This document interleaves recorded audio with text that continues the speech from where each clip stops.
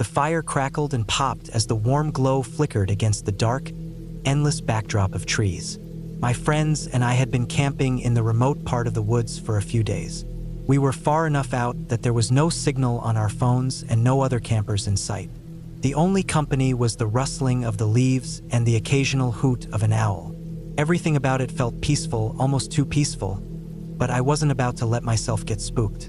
We had all been on countless camping trips, and I'd spent many nights out in the woods without anything more than the sound of the wind and the animals to keep me company.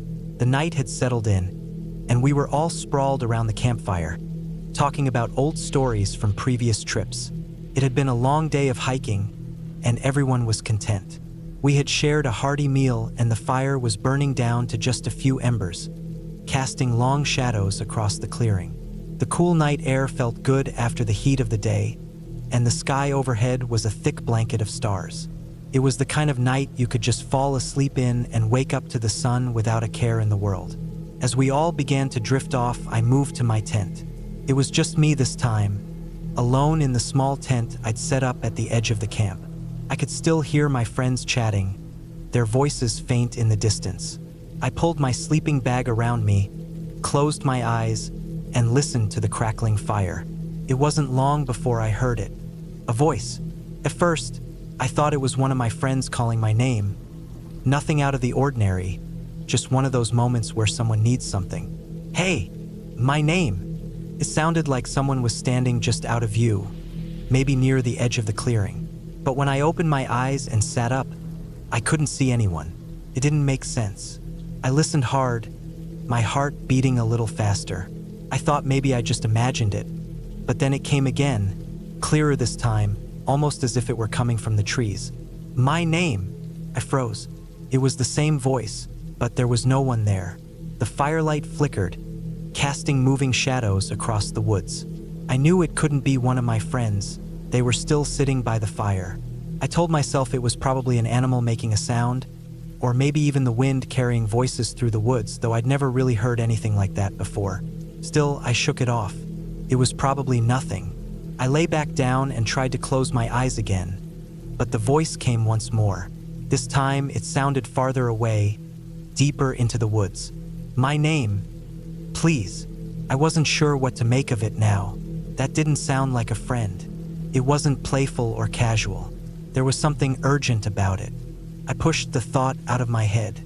It had to be a trick of the wind, or maybe someone else in the area. We weren't exactly the only campers in the world, and I couldn't remember how far the nearest trail was. Despite the creeping unease, I finally managed to get comfortable enough to doze off, but it didn't last long. In the middle of the night, I was woken by the same voice again. This time it was louder, more insistent. My name. Come out here. I shot up, my heart hammering in my chest. My first thought was to call out to my friends, but I didn't want to seem silly, like I was spooked over something small. But then I heard it again, and this time it felt different. I could swear it was coming from behind me, past my tent, deeper into the woods. The voice was lower now, almost like a whisper, but I could still hear it clearly. Come to me. There was no way I was imagining it this time. I grabbed my flashlight, hesitated for a second, then unzipped my tent. The cold air bit at my skin as I stepped outside. The fire was still burning faintly in the distance, casting shadows. My friends were all there, still seated, talking quietly amongst themselves. But there was no one around the clearing. No one had called my name. I shivered as I turned back toward the trees. The voice had been so clear, but now there was nothing. The forest was dead silent. Not even the usual night creatures were making noise. I told myself it was just an animal again, maybe a trick of the wind, but I couldn't shake the feeling that something was wrong. I moved slowly toward the edge of the camp, towards the line of trees where I had heard the voice. The flashlight beam flickered as I swung it around, illuminating nothing but the thick underbrush and towering pines. But then it came again. The voice. This time, though, it wasn't from behind me. It was from the opposite direction, further into the woods, near a small creek I hadn't noticed before. My name. Please, I'm lost. I felt my blood run cold. It didn't make sense. The voice had been near me one moment, then farther away the next, and now it sounded like it was from someone who was in distress, calling for help. But I was alone, or at least I thought I was. I felt the weight of the situation settle in. There were no other campers here, at least none I'd seen since we had set up camp. I was about to call out, but then I stopped myself. What if this wasn't a person? What if it was something else? Something that could lure you into the woods and trap you there? I'd heard stories like that before, though they had always sounded like something from the imagination. Still, I felt that nagging pull to investigate. The voice was clear now, more desperate. "Please help me." I turned toward the woods, moving slowly, scanning the trees. My flashlight beam shook as I pointed it at the dark woods. It was almost as though the trees themselves were swallowing up the light. The sound of running water from the creek was getting louder. But no matter how much I looked, I couldn't see anything. No figure, no movement. My name. "I'm over here." I was done. My mind was racing now, trying to piece everything together. The direction of the voice kept shifting, and no matter which way I turned, it seemed to be further away. At one point, I thought I heard it from behind me again. I spun around, but the night was empty. There was nothing there but the looming trees. I felt like I was being toyed with, as if someone or something was watching me, playing with my sense of direction. I could feel it in my gut, the growing panic, the dread. I turned back toward the camp, my feet moving faster now. As I reached the clearing, I called out to my friends. "Did you guys hear that?" I asked, my voice shaking. They all looked up from their conversation, their faces blank with confusion. "Hear what?" one of them asked, raising an eyebrow. I tried to explain, but no one else had heard anything. They all looked at me like I was just being paranoid. I told them about the voice, the way it had called my name, how it had seemed to come from all directions. "Maybe it's some kind of animal," one friend suggested, shrugging. But that didn't sit right with me. Animals didn't sound like people, not like that. And the way it had echoed, coming from different directions, it didn't make sense. The rest of the night passed uneventfully. I tried to sleep, but I kept hearing the voice in my head. Couldn't shake it. But by morning, the tension had eased. The woods were quiet, peaceful again, as if nothing had happened. My friends had gone back to their usual playful selves, and no one seemed to remember the voice, or at least no one mentioned it again. But I couldn't forget that feeling of being lured, the way the voice had bounced around, drawing me deeper into the woods. I knew something had been wrong that night, even if I couldn't explain it, and I promised myself I wouldn't go back to those woods alone again. I never heard that voice again, but every now and then, when the night is still and the air is thick with silence, I wonder if it's still out there, waiting, calling to someone else.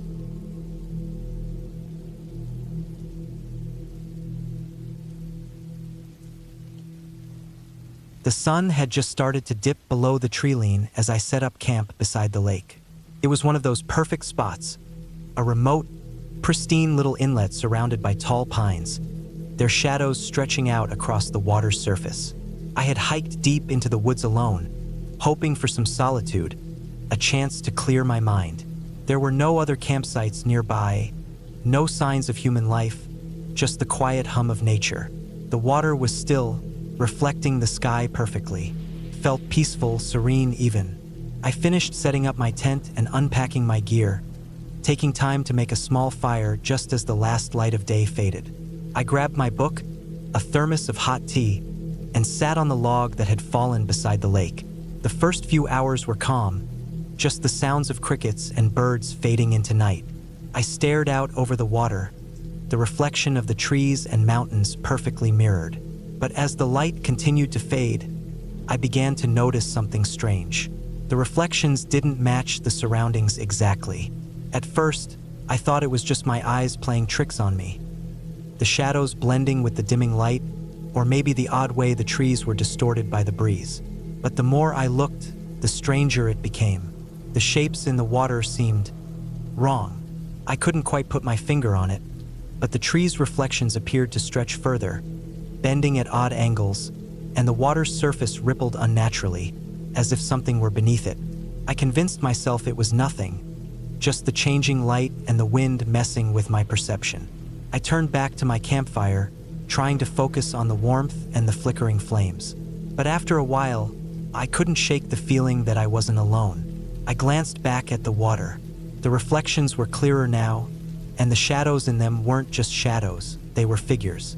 At first, I thought it was a trick of the light, maybe an animal moving near the edge of the lake, but the shapes in the water, they weren't right.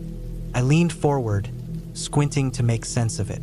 There was a figure, crouched near the water's edge, its outline faint but unmistakable. It wasn't a person, or at least not anything human. It was too tall, too thin, like something unnatural.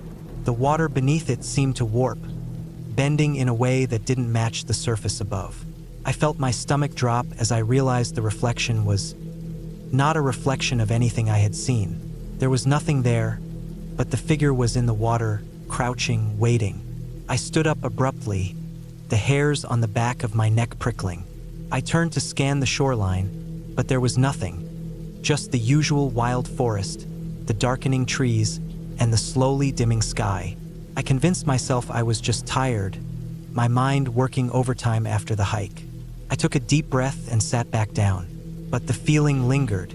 I couldn't stop glancing at the water, and as I did, the reflection grew clearer, more detailed. The figure in the water wasn't alone anymore. There were others standing in the distance. People I thought, but they were blurry, their outlines distorted. Their movements were slow, deliberate, almost like they were watching, waiting. The lake had gone completely still, no wind, no ripples. It was as though the whole world had frozen. My fire crackled loudly in the silence, but I couldn't stop looking at the water. I swear, something shifted in the reflections. The figures weren't just standing anymore, they were moving, walking, slowly, but they were still distorted, their limbs jerking in strange angles, like marionettes on strings. I blinked, hoping it was my tired eyes playing tricks, but the figures stayed. They were unmistakable. There was a tall one, bent at an unnatural angle, and a shorter one, crouched, their limbs stretched in ways they shouldn't be able to move. I stood again, pacing, trying to shake the feeling of unease. The silence seemed suffocating, too heavy. I grabbed my flashlight, shining it at the water. The beam bounced off the surface, scattering light in every direction, but it didn't seem to do anything to break the odd stillness of the lake. I shined it on the area where the figures had been. Nothing. The water was completely still, the reflection of the trees, the sky, the surrounding mountains. Everything was perfectly normal now. I felt a sense of relief wash over me. It must have been some kind of optical illusion, some trick of the light. I sat back down again, taking a long drink from my tea to calm my nerves. But the more I tried to relax, the more unsettled I became. Every time I looked at the water, I could still feel those strange figures lurking just beneath the surface, just out of sight, waiting. I shook my head, telling myself it was nothing. The lake was calm, the night was still. It was just the dark playing tricks on my mind. But I couldn't ignore the feeling that something was wrong. I spent the next hour or so trying to distract myself. I tossed a few more logs onto the fire and stared into the flames, but my eyes kept drifting back to the water. Every time I glanced at the lake, the reflections grew clearer again. The figures were no longer just shapes, they were people. I could see their faces now, though they were pale, almost gray, their eyes too large, staring blankly at the shore. Their movements were slow, like they were walking through water, heavy, labored. I stood up once more, my heart pounding in my chest. I could see the reflection of a woman now, her long hair floating around her face, her arms outstretched like she was reaching for something or someone. And then, something in the reflection shifted. The water rippled in a way it hadn't before, as if the figures were no longer just reflections. They were real. They were in the water, moving beneath it, walking toward the shore. I backed away, stumbling over the logs that surrounded my camp. My breath was coming in shallow gasps, and my heart raced. There was no one else here. No one else had been here, but something was in that water, something I couldn't see, but I could feel. The air was colder now, and the silence pressed in on me like a weight I couldn't shake. I turned and grabbed my pack, shoving everything into it with shaking hands. The water was silent, the reflection still, but the air felt wrong, heavy. I threw everything into my tent, not caring where it landed, and grabbed my flashlight. I stepped away from the campfire, walking closer to the water. I had to get a better look, figure out what was going on. I knelt at the edge of the lake, my flashlight beam cutting through the darkness. The water was clear, unnaturally so, and for a moment, I saw nothing but the reflection of the trees and the night sky. But then, beneath the surface, I saw movement, a ripple, a distortion, and there, in the reflection, was the woman. She was standing right in front of me now, her face inches from the surface of the water, her eyes wide and unblinking. Her hair floated around her like seaweed, her mouth open, but no sound came out. She reached out toward me, her fingers grazing the water as though she were trying to touch me. I leaped back, stumbling in panic. I tripped, falling hard against the ground, but I didn't care. I scrambled to my feet, breathing fast, looking wildly around. The reflections had stopped moving. The water was still again, calm, but I couldn't shake the image of the woman's pale, wide-eyed face. I didn't wait any longer. I grabbed my gear and threw it into my backpack. I rushed to pack everything, feeling the panic rise in my chest. The reflection of the woman still lingered in my mind. She wasn't real. She couldn't be, but it felt too real, too vivid. With my heart in my throat, I grabbed my tent and started running, not caring where I went, just needing to get away. I ran deeper into the woods, away from the lake, away from the strange, eerie reflections that haunted my mind. I didn't stop until I reached the trailhead, my legs shaking, my chest tight. The night had grown colder, and I could still feel the weight of the silence pressing in around me. I didn't look back. The next morning, I packed up the remnants of my camp. I left the lake behind, not caring to come back. There was nothing there for me, nothing but still water and eerie reflections that made no sense. I'd like to think it was just my imagination, tired eyes playing tricks. But deep down, I know I'll never really understand what I saw that night, and that's something I've learned to live with. I don't camp near lakes anymore.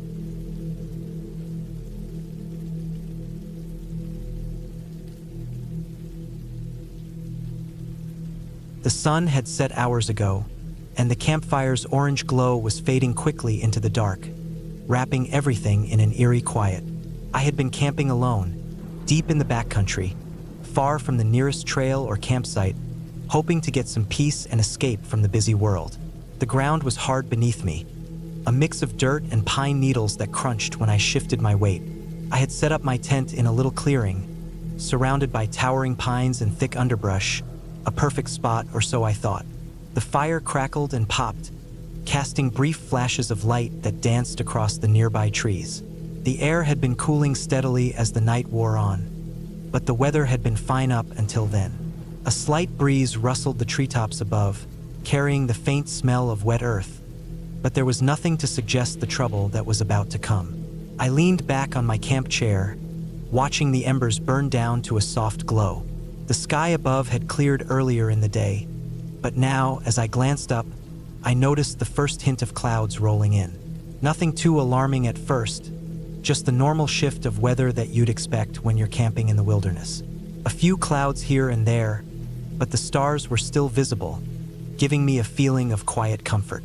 The wind picked up suddenly, whipping through the trees with a quickness that made me sit up straight in my chair. It wasn't a gentle breeze anymore, but a steady, powerful gust. I looked around, half expecting the wind to settle again, but it didn't. It howled through the branches, rattling the leaves with a harsh, unnatural sound. That's when I noticed something strange. There was no movement of the trees around me, nothing like the usual sway and rustle you get from wind. The trees didn't seem to bend or bow, but they shook violently, like they were struggling against an unseen force. A shiver ran down my spine. I stood up, grabbing a flashlight from my bag, scanning the clearing. The wind intensified even further, and I could hear the distant rumble of thunder in the air. My stomach churned as I realized that something was off. The weather had been clear just a few hours ago, and now a storm was rolling in fast. Too fast.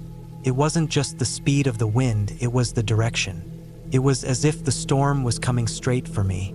I moved quickly to my tent, half expecting the sky to break open at any moment. I secured the flaps and staked them down, my hands shaking. The first raindrops fell like bullets, sharp and cold. But the rain wasn't normal. It was heavy, hitting the ground in thick, relentless sheets. As the storm grew closer, the thunder grew louder, much louder than usual. And it didn't come in flashes, but in violent cracks that split the air wide open. Each one shook the ground beneath me, rattling the bones of the trees around me. The lightning didn't just flash. It sliced through the night with jagged precision, lighting up the sky in blinding white bursts. I crawled into my tent, praying it would hold up against the onslaught. But as the storm roared overhead, I realized something else. It was focused. The storm was focused on my area. No other part of the forest seemed to be affected like mine. The rain poured relentlessly, but it wasn't falling in a natural pattern. It seemed like the rain was being directed only at my camp. The trees around me were barely moving, yet the wind howled around my tent like it was being funneled through a tunnel. I could hear it, feel it pressing against the fabric, testing the stakes. Lightning cracked so close I could feel the heat from it, making my whole body tingle with static. I gripped my flashlight tighter, my heart racing. Every few seconds, the storm seemed to get closer, more violent, as though it was zoning in on my little camp. The distant cracks of thunder didn't roll like normal, but burst in sharp, almost mechanical bangs. It was unnatural. This was no regular thunderstorm. The storm had a mind of its own, and it had chosen me as its target. I tried to calm myself, reminding myself that storms can be unpredictable. But as I sat in the dark tent, listening to the howling wind and the pounding rain, a sense of dread began to settle over me. This wasn't right. This wasn't just weather. I could feel it deep in my bones, like the very air around me was charged with something malevolent. I made a decision. I needed to get out of there. The storm was relentless and showed no sign of easing up, and it was only getting worse. I scrambled out of the tent, bracing against the wind as I zipped it shut behind me. My flashlight flickered as I turned, casting long, shaky shadows across the forest floor. The storm howled around me, but I had to make it to the car. At least it was a solid structure, a refuge from this madness. I pushed through the trees, my heart pounding in my chest as the wind tried to tear at my clothes. The rain was blinding now, coming down in sheets so thick that I could barely see more than a few feet in front of me. The thunder didn't stop, crackling and splitting the air, and the lightning seemed to strike faster, almost targeting the trees in front of me, creating bright flashes that lit up the landscape in violent bursts. Felt like the storm was chasing me. Every few seconds, I'd hear a crack, and a tree would fall nearby. It was unnerving. My steps quickened, and I stumbled over roots and rocks, the flashlight bouncing wildly in my hands.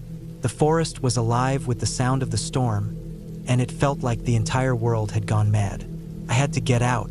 I finally broke through the tree line, reaching the dirt road that would lead me to the parking area where my car was parked. I could barely see the road, but the flashing of the lightning illuminated it just enough for me to stay on track. The rain was still coming down in a torrential downpour, but I was so close. Just as I reached the edge of the road, there was another loud crack of thunder, followed by an explosion of sound as something in the forest near me cracked and splintered. I spun around, my heart in my throat, expecting to see a tree come down, but there was nothing. The wind died for a split second, and I could hear the soft sound of the storm shifting, like it was moving elsewhere. And then, as if the storm had made a decision, it stopped. Everything, the rain, the wind, the thunder, it all just stopped. I stood there, breathless, eyes wide, trying to make sense of the silence.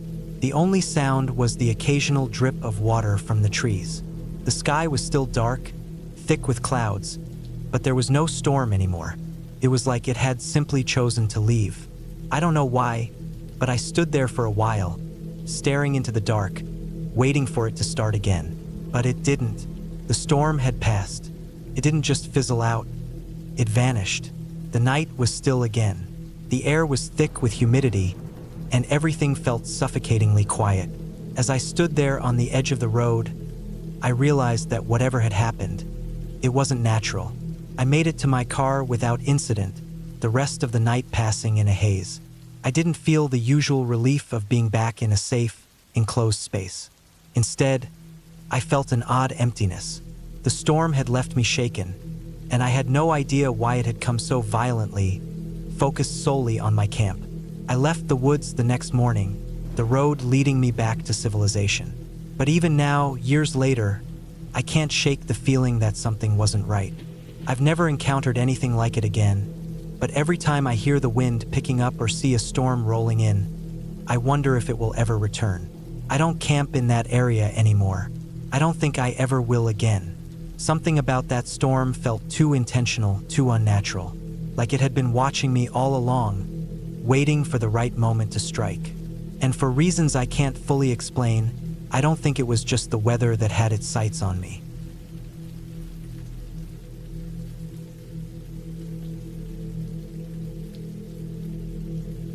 I had been looking forward to this camping trip for weeks. The plan was simple. A weekend getaway in the woods, just me, my backpack, and a couple of days away from the noise of everyday life. I had done it before, more times than I could count, and the woods had always been a place where I felt at peace. There's something about the stillness of nature, the way everything just slows down, that helps me unwind. I could go on about the beauty of it, but that doesn't matter right now. I had set up camp in a small clearing just off the trail.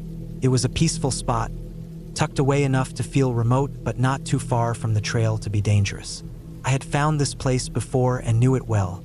The tall pines and thick brush surrounded the site, giving it that perfect feeling of being alone, but not too isolated. I set up my tent, made a small fire, and spent the evening cooking my food, watching the flames dance, and listening to the chirps and rustling in the forest around me. It was late by the time I decided to go for a hike. The sun was setting, casting long shadows across the forest floor. The air was cool, and the wind rustled the leaves overhead, a sound I found calming. I wasn't in any rush, just a quick walk, a stretch of the legs before I went to bed. I grabbed my headlamp, slung a jacket over my shoulder, and took off. The hike wasn't anything special. I was familiar with the area, having done it several times before. There were no unusual sounds or signs, just the usual sights of the forest in the evening. I passed a few other campsites along the trail, but they were all quiet, their fires low or already out. After a while, I turned back, figuring I'd had enough of the woods for the day. It was getting darker, and I didn't want to be out too long. When I got back to my campsite, something felt off. At first, I couldn't put my finger on it. The clearing looked wrong. My tent wasn't where I'd left it. The spot where I had set it up was empty. Just the bare dirt and the remnants of the fire I'd left smoldering. I froze for a moment trying to make sense of it. My backpack, my food, and gear were all there except the tent. Panic started to set in. I scanned the area quickly, but there was no sign of it. I walked around the clearing, thinking maybe it had somehow shifted in the wind or something. Maybe I'd forgotten where I'd put it. But no, I was sure I had set it up right in the center of the clearing, next to that big rock. The tent couldn't have just disappeared. I checked again, circling the area. There was no sign of anyone, no tracks, no signs of any animals, just the darkening woods, silent and still. I had no explanation. The thought that maybe I was just tired and confused crossed my mind, but the nagging feeling that something wasn't right wouldn't let up. Then, as I stood there in the middle of the clearing, trying to decide what to do, I caught a glimpse of something, a faint light through the trees. My heart raced. I grabbed my headlamp and turned it on, pointing it toward the light. It wasn't my tent, but I could see a shape in the distance. It was my tent. At least it looked like it. It was set up, but it wasn't in the clearing anymore. It was a good couple of 100 yards away, hidden behind a cluster of trees. I hesitated, the hairs on the back of my neck standing up. This couldn't be happening. I had been gone for maybe an hour. There was no way anyone could have moved my tent that fast without making noise. No one could have come through here without me noticing. The light from my headlamp flickered as I started walking toward it. My mind raced, trying to come up with any logical explanation, but nothing made sense. My thoughts were jumbled, and every step I took felt heavier. The forest around me felt too quiet now, almost as if it was holding its breath. When I got to where my tent was, I stopped dead in my tracks. The tent was exactly as I had left it, but it was in a completely different spot. It was no longer in the clearing. It was a little higher up the slope, nestled between some dense shrubs. The tarp was still intact, the zippers were still closed, and everything appeared to be in place. I walked slowly up to it, trying to make sense of it. The ground around the tent was undisturbed, but I could tell that something wasn't right. The way the tent was set up, it looked too perfect, like someone had done it on purpose, placing it exactly as I had left it, but far from where I had intended. There were no signs of any struggle, no traces of footprints, no nothing. I stood there for a moment, just staring at it. Was someone playing a prank on me? But how? And why?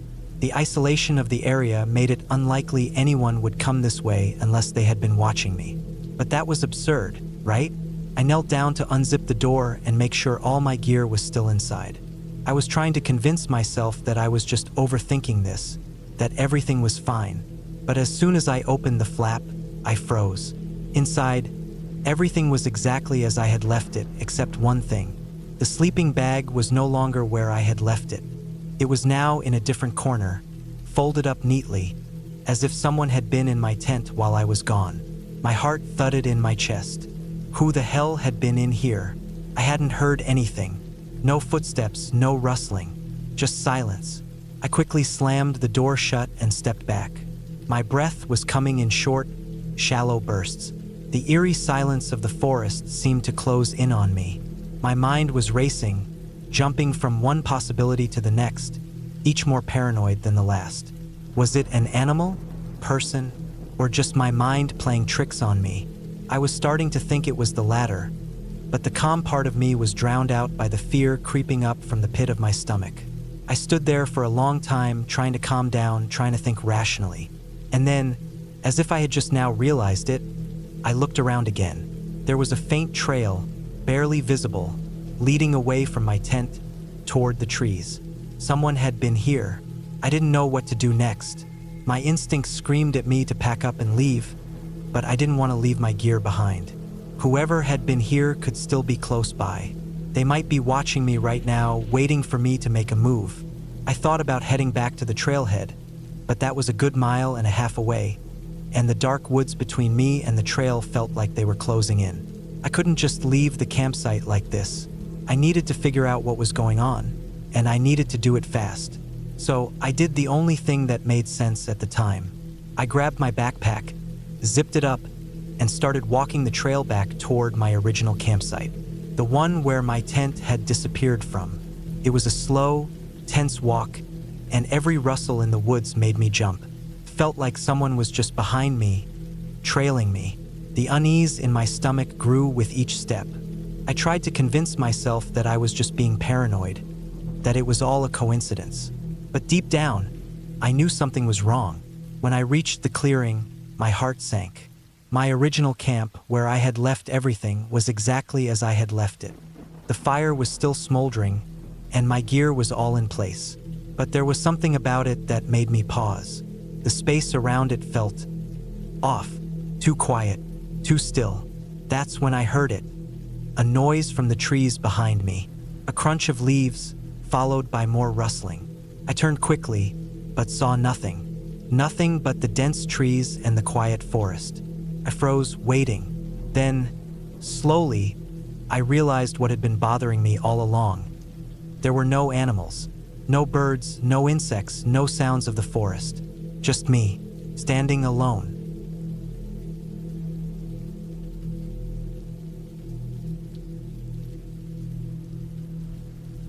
I woke up to the sounds of the forest, the usual hum of insects, the chirp of birds, and the rustle of small animals scurrying through the underbrush. But today it was eerily quiet, the kind of quiet that sinks into your bones and makes the hair on the back of your neck stand up.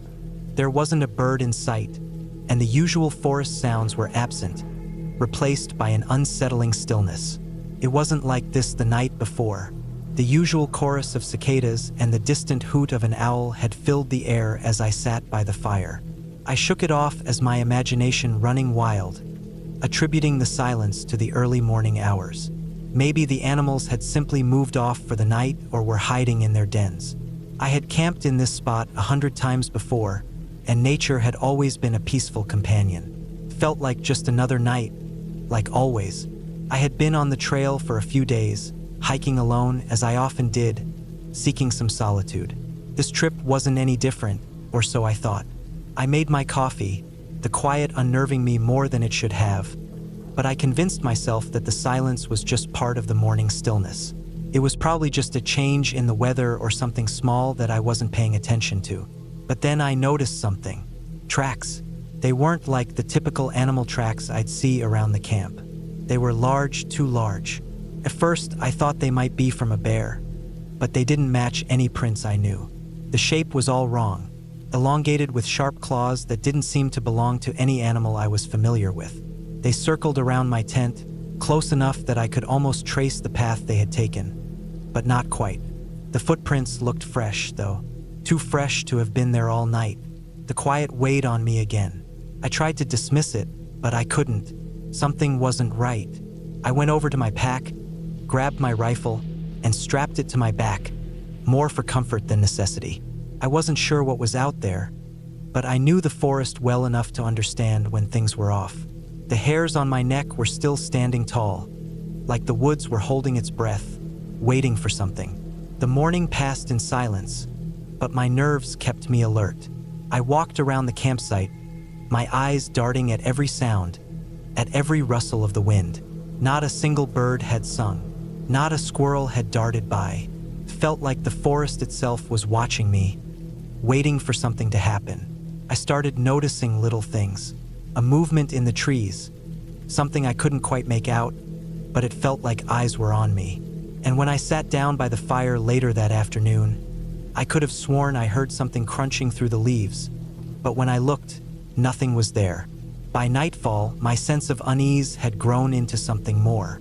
I had set up my tent earlier and tried to settle in, but I kept hearing sounds. Scratching, scraping, the kind of sounds you hear when something is trying to get your attention. But still, no animals. I stayed awake longer than I usually did. My senses stretched to their limits, listening for the sounds that had kept me on edge all day. I was used to the forest, used to camping alone in remote places. But there was something in the air tonight, something I couldn't place. Around midnight, the forest erupted into movement. It started with the distant howling of coyotes, something I was accustomed to. But the coyotes weren't acting right. Their howls weren't the usual scattered cries in the distance. They were closer, too close, and they sounded frantic, almost desperate, like they were being pushed into a corner by something. Then it happened. A low growl from somewhere in the dark. The sound was unmistakable. A growl that didn't belong to a bear or a wolf or anything I could recognize. It was deep, almost guttural, and it was closer than I cared to admit.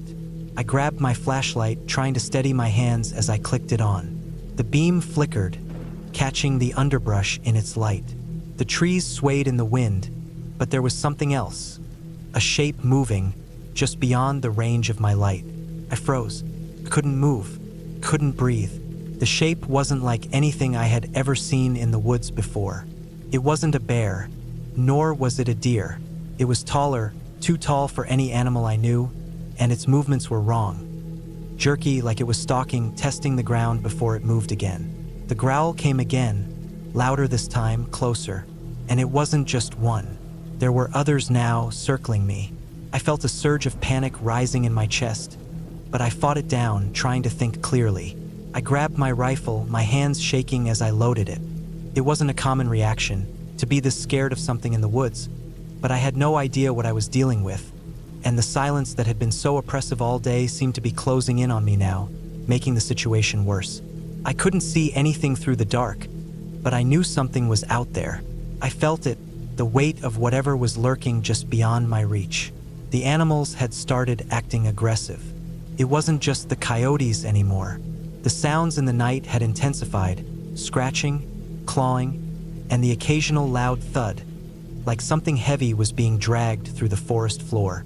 I knew the wilderness was full of dangers, but this wasn't natural. At that moment, I heard the crunch of leaves directly behind me. I spun around, but I saw nothing. The darkness was complete, and the air felt thick with it.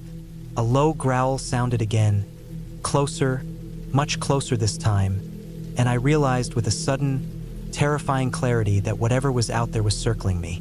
I turned and stumbled into the firelight, trying to get closer to the warmth and the visibility.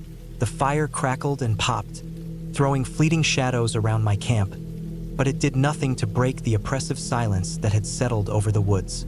The animals had all but vanished, leaving only the strange sounds of something moving through the trees. I knew they were watching me, every move, every breath. Then, just as quickly as it started, it stopped. The growls, the rustling, the strange movements, all of it just ceased. I felt the air shift, like whatever had been lurking was retreating. The quiet returned, but it wasn't the same as before. It felt wrong, colder somehow. I stayed by the fire, scanning the woods, waiting for whatever had been circling me to make its move. Hours passed, and the sun began to rise, casting a weak light through the canopy of trees. I stayed awake, my eyes burning from lack of sleep, my mind racing. The tracks around my camp were still there, but now something had changed. They were deeper, as though whatever had been circling had become bolder, more sure of itself. I packed up quickly, my hands moving mechanically, the last remnants of panic still lingering in my chest. The forest felt different now, more alive, but not in a comforting way. I didn't know what had happened during the night, but I knew it was something I couldn't explain, something that didn't belong in the woods. I made my way back to the trail, my nerves still on edge, my thoughts racing.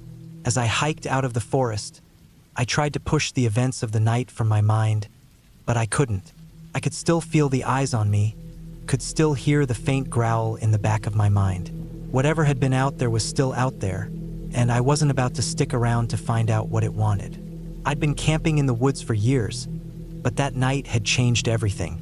The animals had acted strange, aggressive even. The woods had been watching, waiting, and I wasn't going to ignore it anymore. It wasn't some spooky tale. It was real. Something was out there, and I was lucky to have gotten away. I didn't return to that campsite. I didn't want to. I didn't even think about it for a long time. But every so often, when the woods fall silent and the animals disappear, I remember that night, the unnatural silence, the strange tracks, the feeling that something was waiting just beyond the trees, watching me.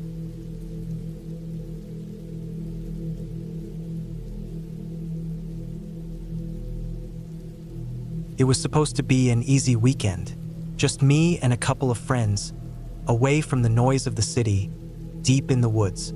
We'd been planning this camping trip for weeks, excited for the break from everything. None of us expected anything strange, and we certainly weren't prepared for what would unfold that night. We set up camp at a small, remote site by a stream. The area had a peaceful vibe, like it hadn't been disturbed for years. Tall trees surrounded the campsite, their thick branches blocking much of the sky. The air was cool, fresh, with just a hint of dampness from the nearby stream. It was the perfect place to relax. We set up our tents, a few chairs around the fire pit, and pulled out some snacks and drinks. The sun was starting to dip below the horizon, casting the trees in a deep orange glow. Everything felt calm, almost too calm, but I didn't think much of it at the time. As the evening wore on, the fire crackled, and we settled into a comfortable silence.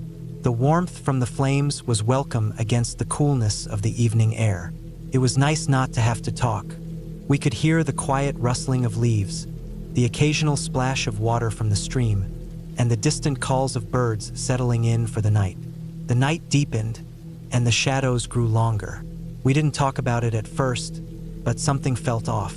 It wasn't obvious, just a quiet, creeping feeling in the pit of my stomach. At first, I thought it was just the usual paranoia that comes with being deep in the woods. But then I noticed it, something moving in the shadows beyond the light of the campfire. I thought it was an animal at first. A deer, maybe, or a bear, though that seemed unlikely, given the small clearing we were in. But whatever it was deliberate. Too deliberate. It wasn't just the way it moved.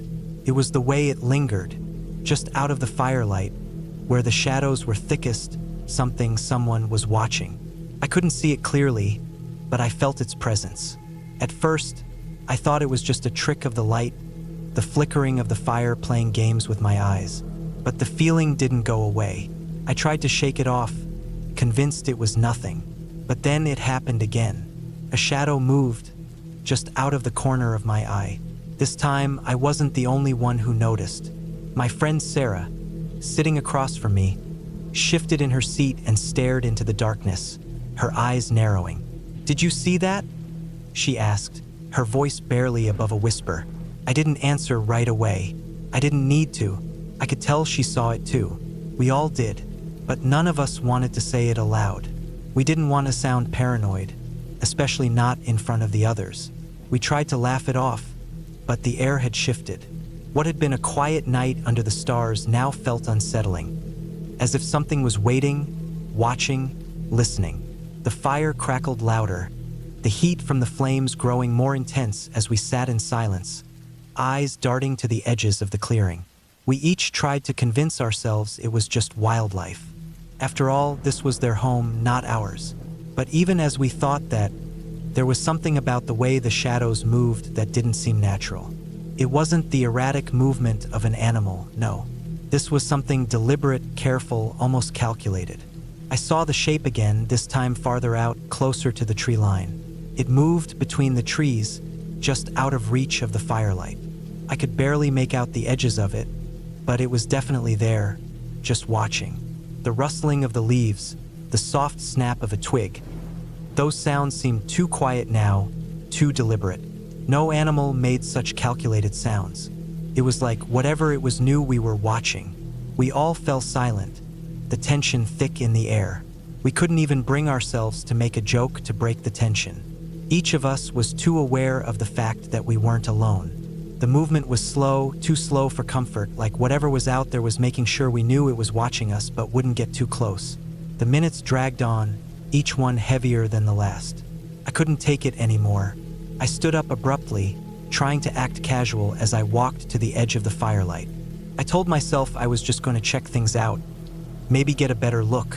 The others didn't say anything, but I could feel their eyes on me, their quiet concern. I stepped forward, stepping out of the warmth of the fire's glow and into the darkness beyond. The night swallowed me whole. The shadows were thick, the trees towering over me like silent sentinels. I couldn't see much, just the faint outline of the path back to our camp. My heart beat faster, louder. It wasn't just the coldness of the night that made me shiver. I felt the hairs on the back of my neck rise, the sense of being watched growing stronger with every step. I strained my eyes, trying to pick out shapes in the dark. That's when I heard it. A soft, almost imperceptible sound. A footstep, I thought, but there was no way I could have misheard it. The sound was too clear. It was close, too close. I froze. Nothing moved, but the feeling of being watched grew stronger. It was like the air itself was pressing in on me. I turned quickly, half expecting to see one of my friends standing behind me, trying to mess with me. But no one was there. The only thing I could hear now was the sound of my own breathing, shallow and quick. I don't know how long I stood there, frozen in place, but it felt like an eternity. Eventually, I turned around, my heart racing in my chest. I couldn't shake the feeling that something was following me, something just out of sight, waiting for the right moment. I made my way back to the camp, faster now, nearly stumbling over my own feet. When I reached the firelight, I saw that the others were still sitting in their chairs, but they were all staring at something in the distance. I followed their gaze. There was no mistake this time. It wasn't just one shadow. There were several, moving between the trees, their forms indistinct but clearly human-like. They moved with purpose, and their movements were calculated, deliberate, like they were closing in, slowly but steadily. I didn't know what to say. The air had gone completely still, The usual sounds of the woods silenced. Not even a breeze, just the quiet crackling of the fire. One of the figures moved closer, just at the edge of the tree line. It wasn't far, just enough for us to make out its shape in the dark. It didn't seem to care that we had noticed it. It stood there watching. There was no noise, no movement, just the cold, unblinking stare of something, or someone, waiting for us to make the next move. We didn't wait. We grabbed our things in silence, hearts racing. It was clear now we weren't just seeing things. Whatever was out there wasn't here by accident. It was deliberate, but we weren't going to stick around to find out what it wanted. We packed up as quickly as we could, fumbling with tent poles, stuffing sleeping bags into bags, gathering up everything we could. Our hands shook, and our breaths came in quick, shallow gasps. We didn't speak. We didn't need to. There was no doubt in any of our minds that something was out there, something that didn't want us here. When everything was packed, we moved quickly, sticking to the trail that led back to the parking lot. We didn't stop to look back, even when we heard the soft crunch of leaves behind us, growing closer. We didn't care if it was an animal, a person, or something else entirely. We just wanted out. We made it back to the car, and as we slammed the doors shut, the air seemed to breathe again. The tension lifted, but the feeling of being watched stayed with us long after we drove away. We didn't speak much on the way home, each of us lost in our thoughts, trying to make sense of what had happened. But one thing was clear to all of us. Whatever had been out there wasn't just looking for food or a fight. It was watching us, observing us, and for reasons we would never understand, it had decided to let us go. We never went back to that spot. We didn't talk much about it afterward, but we all knew. Some things don't belong in the woods.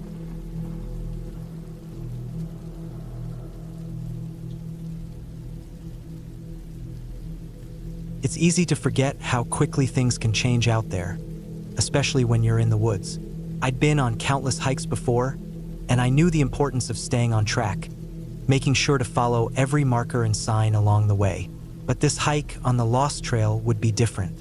I had started the day early, around sunrise, in hopes of completing the trail by late afternoon. The trailhead was easy to find. It was a well-maintained path that led into a dense forest. The kind of forest that smelled fresh and earthy, with moss hanging from trees and the sound of birds chirping in the distance. It was peaceful, too peaceful I'd later realize. The first few hours went as expected.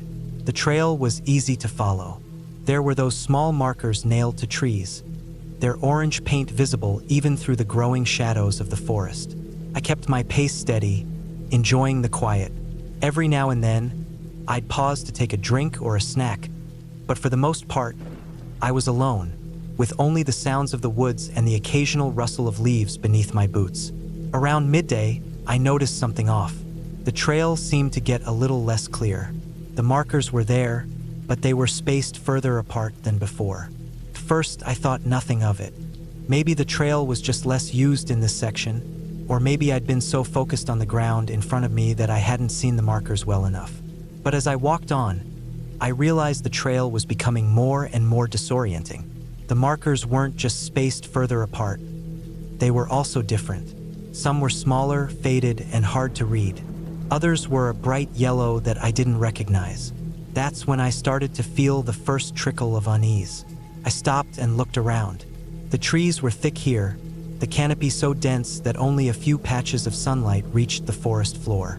The path itself was uneven, with roots sticking up from the ground like fingers reaching for my boots.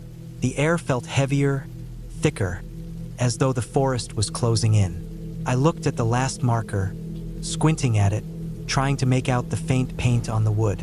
The more I stared at it, the less it seemed to make sense. Something was off. I glanced behind me, expecting to see the path I just walked, but it wasn't like I remembered. It seemed different. The angle of the trees, the way the light hit the ground, it wasn't the same as when I'd passed through.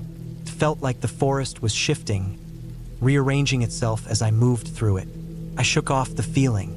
It was easy to get turned around in the woods, especially when you're so far into the trees. I took a deep breath, checked my map, and continued walking. After another hour, The trail had completely disappeared. There were no markers, no signs, nothing that resembled a path. I stood still for a moment, staring at the forest around me. All I could see were trees, tall and dense, their trunks twisting up into the sky. I was in the middle of nowhere, completely surrounded by a sea of green. I thought about turning back, but then I remembered the map.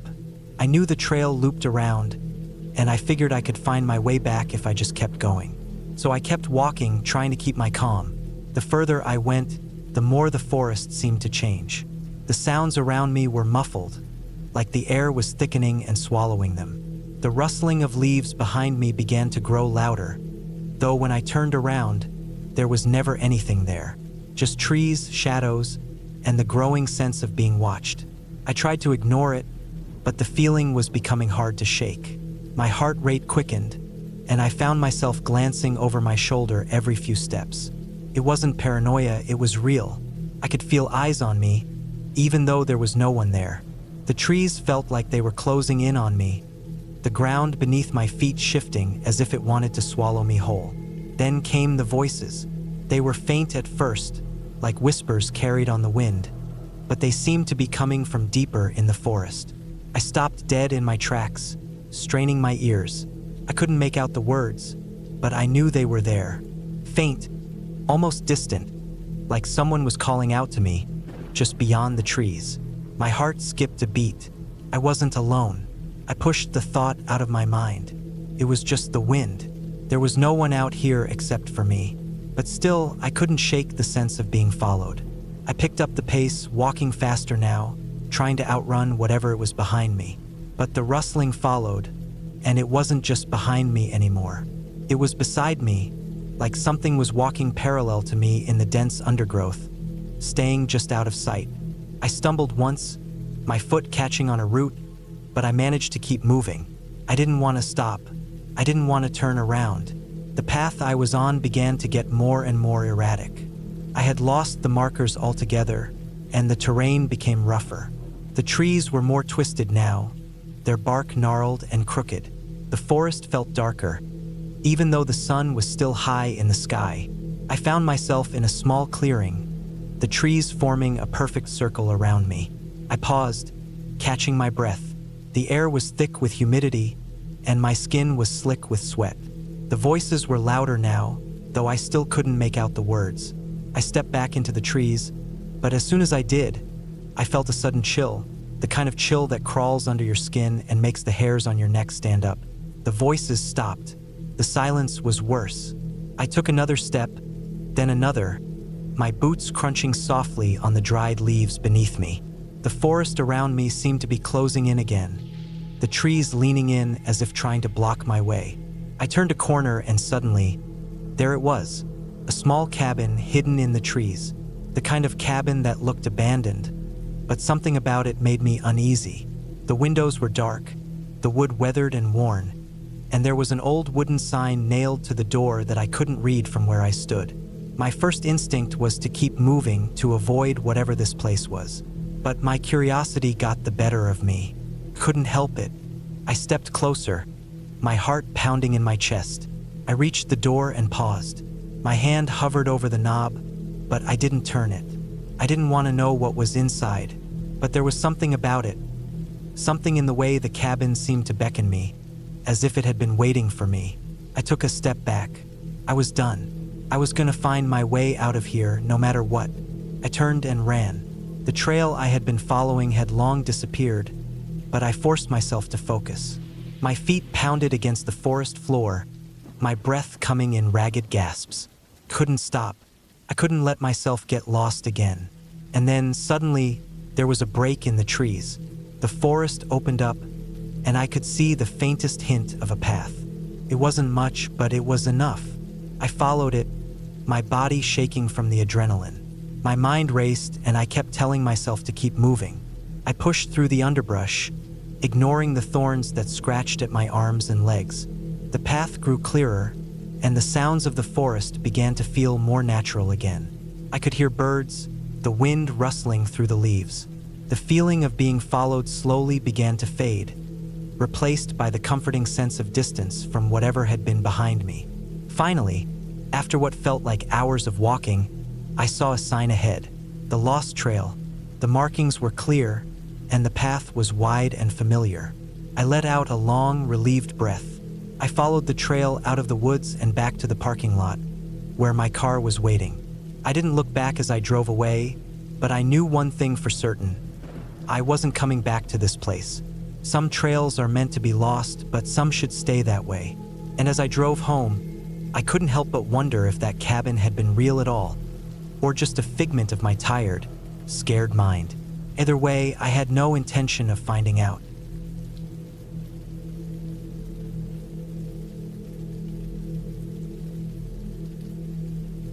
I've always enjoyed camping, especially when it's just me, my tent, and the quiet of the wilderness. Something about being out in the middle of nowhere, cut off from the distractions of daily life, always gave me a sense of peace. But sometimes, things happen in the woods that make you rethink your love for nature. This is one of those stories. It started like any other camping trip. I had set up my tent on a remote site near a small, secluded lake. The air was crisp, the forest silent except for the occasional rustle of leaves in the breeze. I hadn't seen another soul all day, which was perfect. The solitude was exactly what I needed. As the sun began to set, I built a small fire, cooked my dinner, and settled in for a peaceful evening. Darkness fell quickly, as it tends to do in the woods. The fire crackled, and I sat back, enjoying the quiet. I could hear the occasional bird or animal moving around in the brush, but for the most part, it was just the sound of my own thoughts and the fire. I stared into the flames, lost in their dance, until the night sky above was dotted with stars, the constellations slowly becoming more visible as the firelight dimmed. That's when I noticed the lights. At first, it seemed like nothing more than the reflection of my fire on the distant treetops, or maybe a flash of lightning in the far-off distance. But as I continued to watch, the lights persisted. They were too bright to be natural, flickering in a rhythmic pattern, almost like someone was signaling me from far away. There were at least 4 or 5 lights scattered across the horizon. They weren't in a straight line, but appeared to move in a way that suggested someone was manipulating them. Maybe flashlights? I thought at first, but who would be out here so late, in the middle of nowhere? Curious, I decided to investigate. I grabbed my headlamp and checked that I had my knife on me, just in case. The air was cold, and I pulled my jacket tighter around my shoulders as I made my way through the dense underbrush. The lights were still flashing in the distance, just visible between the trees, and I felt an odd mix of curiosity and unease stirring in my gut. It wasn't like I was scared, more like I was unsure of what to expect. The walk wasn't long, but as I got closer, the lights began to flicker more rapidly, as though they were growing closer to me. My pace quickened. The path was rough, and I had to pay attention to where I stepped to avoid tripping on the roots or rocks hidden beneath the fallen leaves. There was an odd quietness around me, the usual sounds of nighttime animals suddenly absent. The wind had died down completely, and the only sound now was my own breathing, quickening as I approached the lights. When I finally got close enough to see them more clearly, the lights abruptly disappeared. 1 minute they were there, flashing in the distance, and the next, nothing. It was as though someone had turned them off with the flick of a switch. I stood still for a moment, staring at the empty space where the lights had been. I felt a wave of unease wash over me, and the hairs on the back of my neck stood up. I couldn't shake the feeling that something was wrong. I turned around, considering heading back to my tent, but something stopped me. I felt watched. The shadows around me, cast by the dim light of my headlamp, seemed to move, shifting in unnatural ways. I shook my head, trying to shake off the unease. It was just the trees, I told myself. The wind had probably kicked up and was making the shadows dance. But the longer I stood there, the stronger the feeling became. I wasn't alone. Someone or something was out there, watching me. I took a few cautious steps back, the underbrush crunching underfoot. My mind raced, thinking of any logical explanation for what had just happened. Maybe some hikers had wandered in, and they had a flashlight malfunction. Maybe it was just a trick of the light, the way the stars shone through the branches. But I couldn't shake the nagging feeling that it wasn't that simple. I turned to leave, but just as I took a few steps, I heard something. A sound that stopped me dead in my tracks. A twig snapping, faint but unmistakable. I froze, straining my ears in the silence, but there was nothing more. No movement, no sounds of footsteps, no rustling leaves. I felt my heart rate spike. Could have been an animal, I reasoned. Maybe a deer or a raccoon. But the sensation of being watched didn't go away. I started walking faster, my pulse pounding in my ears. The path back to my tent seemed longer now, and the forest seemed darker, more oppressive. My headlamp illuminated the trees in front of me, but everything else felt like it was swallowed up in shadow. As I moved, I couldn't help but glance over my shoulder every few steps, expecting to see someone or something following me. But each time there was nothing there. Still, the feeling of being watched persisted. When I finally reached my tent, I felt a small sense of relief. I zipped myself inside quickly, pulling the flap closed behind me. I took a deep breath, trying to calm myself. It was just my imagination, I told myself. It had to be. The lights, the feeling of being watched. It was all just a coincidence, or maybe my mind playing tricks on me in the dark. I settled into my sleeping bag, but sleep didn't come easily. My mind raced, replaying the events of the evening over and over again. What had those lights been? Who was out there in the woods at that time of night? I tried to tell myself it was nothing, just a fluke, but I couldn't shake the feeling that something was off. The night stretched on, every creak of the tent, every rustle of the wind in the trees, making me jump. I didn't know if I was more afraid of the unknown or of what I knew I couldn't explain. The feeling of being watched never left me, and every time I closed my eyes, I thought I heard something moving outside. I told myself it was just the forest, that it was nothing to be afraid of. But deep down, I knew something wasn't right. At some point, I must have finally drifted off to sleep, because the next thing I knew, I was jolted awake by a sudden sound. A loud bang, like something heavy striking the ground. My heart skipped a beat. I sat up in my sleeping bag, wide-eyed, straining to hear any further sounds.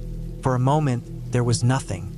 Then, another sound, a rustling, followed by the unmistakable sound of footsteps.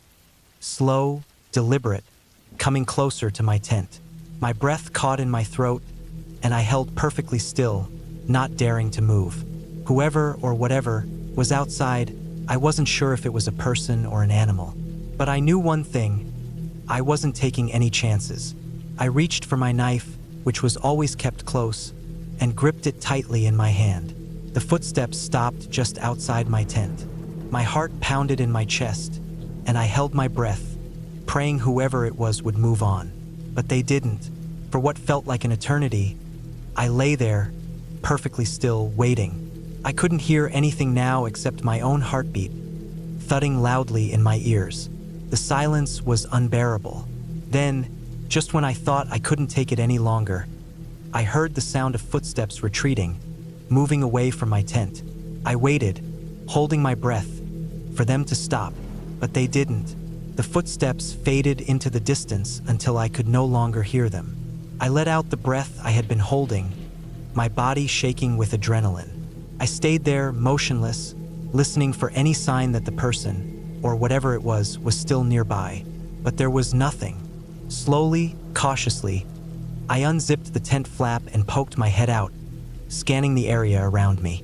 The woods were silent, as if nothing had happened. I waited there for what felt like a long time, unsure of what to do next.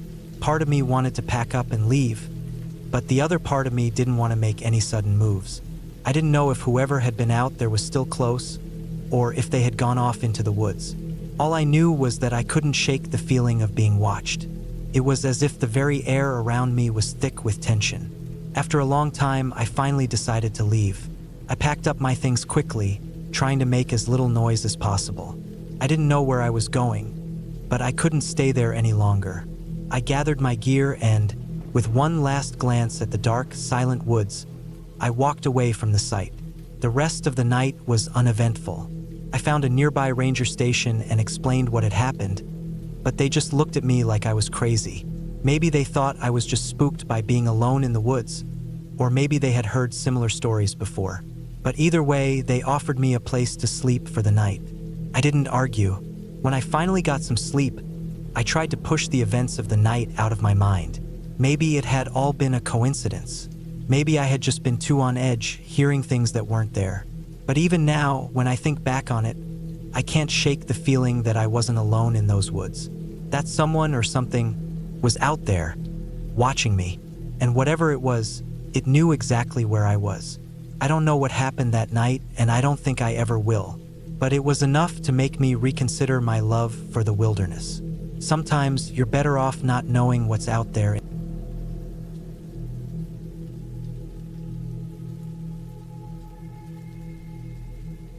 I was halfway into my hike when I noticed something strange. I had been following the trail through the thick woods for a few hours when I stepped off the path to stretch my legs. The sun was starting to dip behind the trees, casting long shadows across the forest floor. I was tired, my pack heavy on my back, and I decided I'd rest for a bit. That's when I saw it, tucked under a pile of leaves and twigs, an old, weathered journal. It looked out of place, like it had been there far longer than I had been hiking. The leather cover was cracked and faded, and the edges of the pages were ragged. It wasn't a fancy journal by any means, just a small, simple notebook. It looked like it had been used a lot, its pages creased and worn, as if someone had spent a long time writing in it. I couldn't help but feel drawn to it. Maybe it was curiosity, maybe it was the eerie feeling the forest was starting to give me, but I decided to open it up. The first entry was dated from 2 years ago, July 13th, 2023. I've set up camp just off the trail, about a mile north of the old creek. It's a quiet place, not many people come this way. I like it that way. The trees are thick here, the air cool, and the ground is soft underfoot. The stars will be bright tonight. I can already feel the stillness of the forest, like it's waiting for something. I read the words, and a chill ran down my spine. The description of the place was eerily familiar. I had just set up my own camp, not far from here, near a creek I'd crossed earlier in the day. The silence of the forest had settled in around me too, and now, reading this entry, it felt like something was watching me. I shook the feeling off and turned the page. July 14th, 2023. I heard something last night. Not sure what it was, but it wasn't any animal I know. It sounded like it was moving around the camp, just outside the light of the fire. I stayed still, listening, but the sounds faded after a while. It wasn't a bear, not like any bear I've ever heard. I don't know what it was, but it's unsettling. I'm gonna stay another night. I need to get the feeling out of my head. My stomach sank as I read those words. I had heard something too. It was subtle at first, just the occasional rustling of leaves and twigs snapping underfoot. I assumed it was just the wind or some small animal. But now, reading this, I wasn't so sure. I glanced around my camp, the fire crackling softly. Nothing. It was probably nothing, I told myself. I flipped through a few more pages, each entry seemingly more unsettling than the last. The person who had written this journal, let's call them the writer, had been alone just like me. They described hearing strange noises in the night, feeling like they were being watched, and an overwhelming sense of unease that lingered in the air. But it wasn't just the sounds that bothered the writer. It was the feeling that something was wrong. Something was just out of sight, lurking in the shadows. July 15th, 2023. I can't shake the feeling that I'm not alone. The noises around the camp have gotten worse. Last night, I swear I saw something move just outside the glow of the fire. I got up to investigate, but there was nothing there. I've been walking the trail all day, trying to keep my mind busy, but I can't escape it. I feel like I'm being followed. Every time I stop, the silence is so thick it's suffocating. I keep looking over my shoulder, expecting to see someone, but no one's there. I don't know how much longer I can take this. I think I'm going to head back tomorrow. I stopped for a moment, my fingers lingering on the next page. This felt too real, too close to what I was experiencing. The noises I'd heard the night before, the sense of being watched, even the feeling of unease, it was all too similar to what the writer had written. But I wasn't going to let myself get spooked. I needed to finish reading this, maybe find something that would put my mind at ease. But I didn't find that. July 16th, 2023. I don't know if I can leave. The forest has a grip on me, and I can't shake it. I tried to pack up this morning, but something stopped me. It was like I couldn't leave, like the forest was holding me here. I've heard things I can't explain. The sounds have gotten louder. There's something out there, something big. I've seen it at the edge of the trees. It's tall and dark, but when I try to focus on it, it disappears. I don't know what to do. I feel like it's just waiting for me to make a mistake. I think it's hunting me. I turned the page quickly, hoping for something to break the tension. But the next entry sent a cold wave of fear over me. July 17th, 2023. I couldn't leave, not even if I wanted to. The forest won't let me. I tried to pack again, but I couldn't do it. I just couldn't. It's been too long. I've been hearing things, seeing things that don't make sense. I swear I saw something in my tent last night, a shadow moving. It wasn't an animal, it wasn't human, but it was there. It was watching me. I know it was, and I know it's getting closer. I'm writing this because I don't think I'll be able to leave in the morning. Something is going to happen. I don't know what, but I feel it. I have to stay. It's like something's pulling me into the woods, deeper into the trees. I don't know how to explain it, but I can feel it. I'm afraid to sleep, but I can't keep my eyes open anymore. I hear footsteps outside. It's close, too close. I put the journal down, my hands shaking. I had been reading in the fading light for too long, and now the shadows around me felt deeper, more oppressive. The noises outside my tent were no longer just the rustling of leaves or the occasional snap of a branch. No, these sounds were deliberate, like someone or something was moving around my camp, just out of sight. I quickly picked the journal back up, flipping through the final pages. The entries grew more frantic, more desperate. July 18th, 2023. It's here. I don't know what it is, but I know it's here. I can hear it. It's right outside. I tried to leave, but the trail's gone. There's no way out. I've been walking for hours, but everything looks the same. The trees are closing in on me. The air is thick. I'm lost. It knows I'm lost. It's waiting. It's watching. I can hear it breathing. I'm going to die here. It's too late. The last page was blank. Couldn't breathe. My heart was pounding in my chest, my head spinning. The journal had ended with that last, terrifying entry. I looked around, my eyes darting from shadow to shadow, but I couldn't see anything. Nothing but the dense trees and the thickening darkness. The silence was deafening, and then I heard it, a rustling, followed by the unmistakable crunch of leaves beneath heavy feet. My stomach dropped. I wasn't alone. I quickly shoved the journal into my pack, grabbed my flashlight, and started packing up my camp. I didn't even think about it. I just moved. There was no time to waste. The noises outside my tent were getting closer. It was like something was circling me, waiting for the right moment to strike. But I couldn't leave the way the writer had. I wasn't lost. I wasn't stuck in the forest. I knew my way out. I knew the trail. I grabbed my pack, shoved my flashlight into my pocket, and stood up. The air was thick now, the forest closing in on me, but I wasn't going to wait around to see what happened next. I moved fast, my boots crunching the leaves beneath me. The sounds were following me, but I didn't look back. Couldn't. The trail was just ahead. My heart was racing, but I kept moving.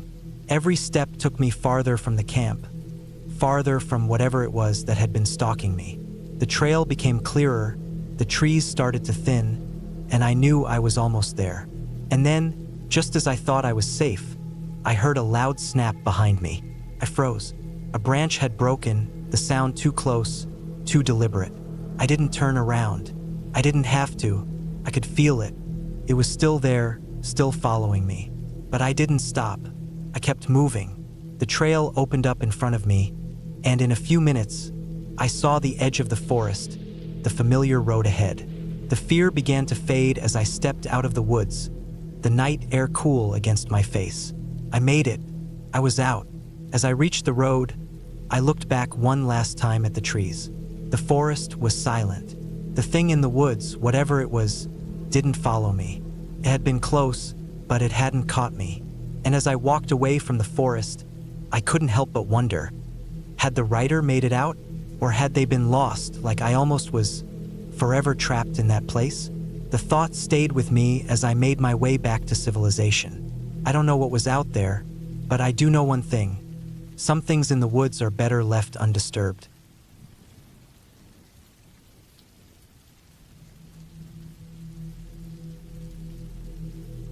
I remember the first time we set up camp that weekend. It was supposed to be an easy trip, nothing more than a weekend to unwind in the woods. My friends and I had been planning it for months, and the weather looked perfect. A bit crisp in the mornings, clear skies, just what we were hoping for. There were 4 of us, me, Chris, Sarah, and Michael. We'd hiked a bit over the past couple of years, but nothing too serious. This time, we'd chosen a spot deep in the forest, a place we all had been to before, but never camped at. It was far enough from the trailheads that you wouldn't hear much of the noise from the usual day hikers. That was the charm of it, the quiet. We set up our tents around a small clearing, a nice place near a stream. There was a small ridge just off to the right of the clearing, and in the distance, the sound of the water flowing gently made everything feel peaceful. We were only a few hours away from the nearest town, but out here, it felt like we were in a whole different world. The night came slowly, and the air cooled. We built a fire, sat around it, and chatted about life, work, and the usual nonsense. No one was in a hurry. We had a solid plan. Just relax, enjoy the outdoors, and get away from everything. By the second day, we had settled into a good rhythm. We hiked around, got some good views from the ridge, and even did a little fishing by the stream. Nothing out of the ordinary. It wasn't until late afternoon that things started to feel off. Sarah was the first to notice it.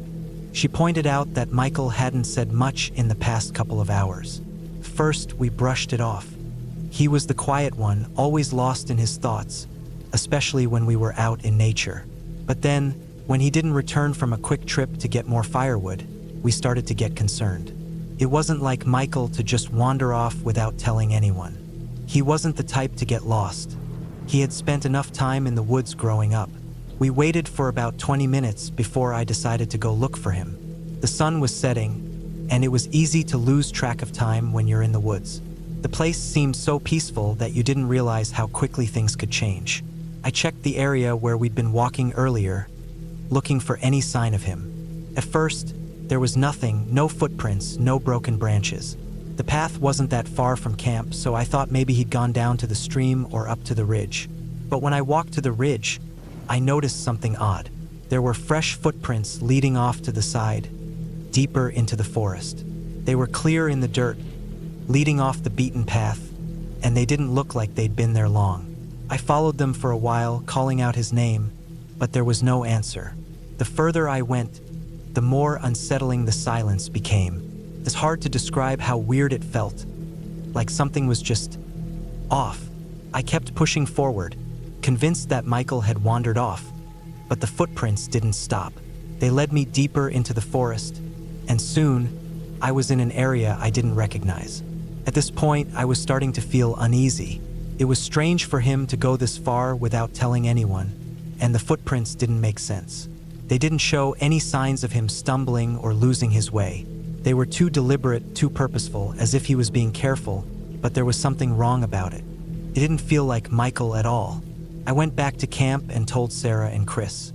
They were immediately concerned, but we all agreed that we'd better call it in. Chris was the one who made the call to the ranger station. The response was fast, but the search didn't seem to be. They told us they'd send someone to help, but that it could take a while. We spent the rest of the evening trying to stay calm, waiting by the fire. The minutes stretched into hours, and the forest outside our camp felt alive in ways that it hadn't before. The usual sounds of the night, rustling leaves, distant animal calls were muffled, as if something was watching. I kept checking the ridge, but the search teams didn't arrive. When they finally did show up the next morning, there was a mix of emotions. Relief, certainly, but also confusion. We were supposed to have gone out and met them, but they had apparently already arrived and started searching the area. They didn't find anything at first. No signs of struggle, no traces of Michael's gear, nothing. It didn't make sense. The sheriff and a few rangers went further out, looking for hours.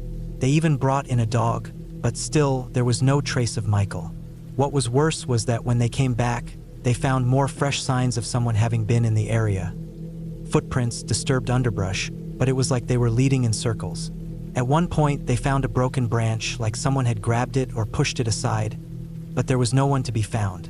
The search went on through the day, but by nightfall, we had to face it. Michael was gone, and there was no good reason why. No one knew what had happened. I remember the sheriff pulling me aside, telling me that he thought Michael had wandered off on his own, maybe disoriented or confused. But that didn't sit right with me, not at all.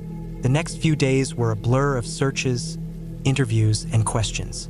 They asked about everything: if we'd seen anything unusual, if Michael had been acting strange, if there was anyone else in the woods. But no one had seen anything. All we had were those damn footprints. There was no sign of a struggle, no sign of him being taken or dragged anywhere. It didn't add up. What bothered me the most was the feeling of being watched. Every time we went out to look for him, it was like the forest was closing in on us.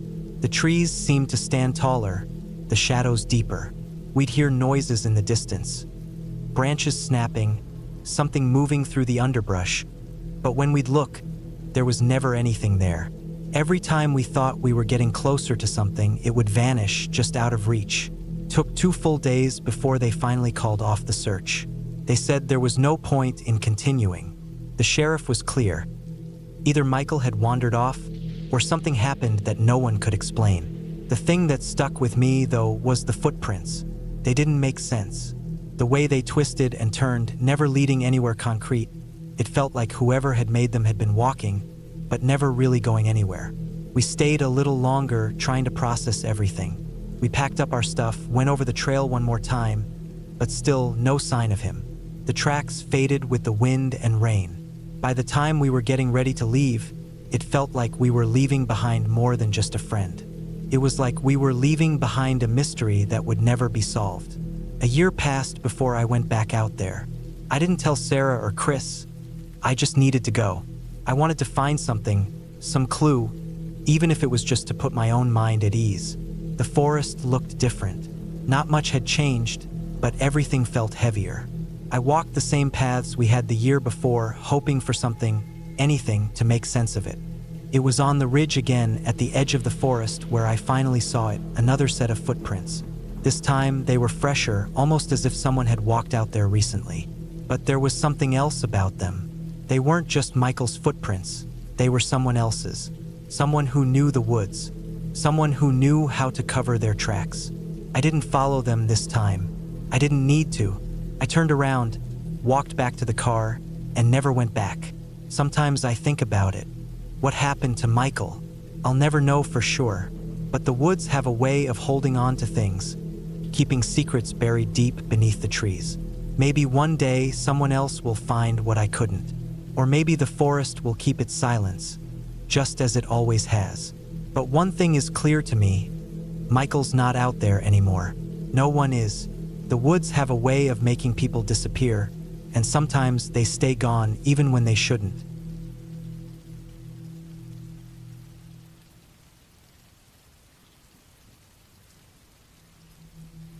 I've been hiking for hours when it starts. The fog, I knew the weather forecast wasn't calling for it. So when the mist rolled in, thick and fast, I figured I'd just keep my head down and push through. It wasn't my first time out in the woods alone, and I'd been on this trail before, so I didn't think it'd be a big deal. But the more I walked, the more the mist seemed to tighten around me, until I couldn't see more than a few feet ahead. I'd already come about 6 miles in, and I was planning on doing another 2 or 3 before setting up camp. But this fog, it didn't feel right. It was heavier than any mist I'd ever encountered. Felt unnatural. There was no breeze to stir it, and it wasn't rolling in from the nearby lake or river. It just appeared, like someone had turned a dial and suddenly the world had turned to gray. I paused, trying to shake off the unsettling feeling creeping up my spine. I could barely see the trail markers, the occasional faded paint on trees marking the path. I turned around, hoping to see the trailhead, but the mist had swallowed up everything behind me. I couldn't even see the way I'd come from, let alone the way I was going. I wasn't an idiot, so I pulled out my map and checked my compass. Even in the fog, the compass needle seemed to swing wildly, never settling. I checked my phone too, just to see if I had any signal. Nothing. Great.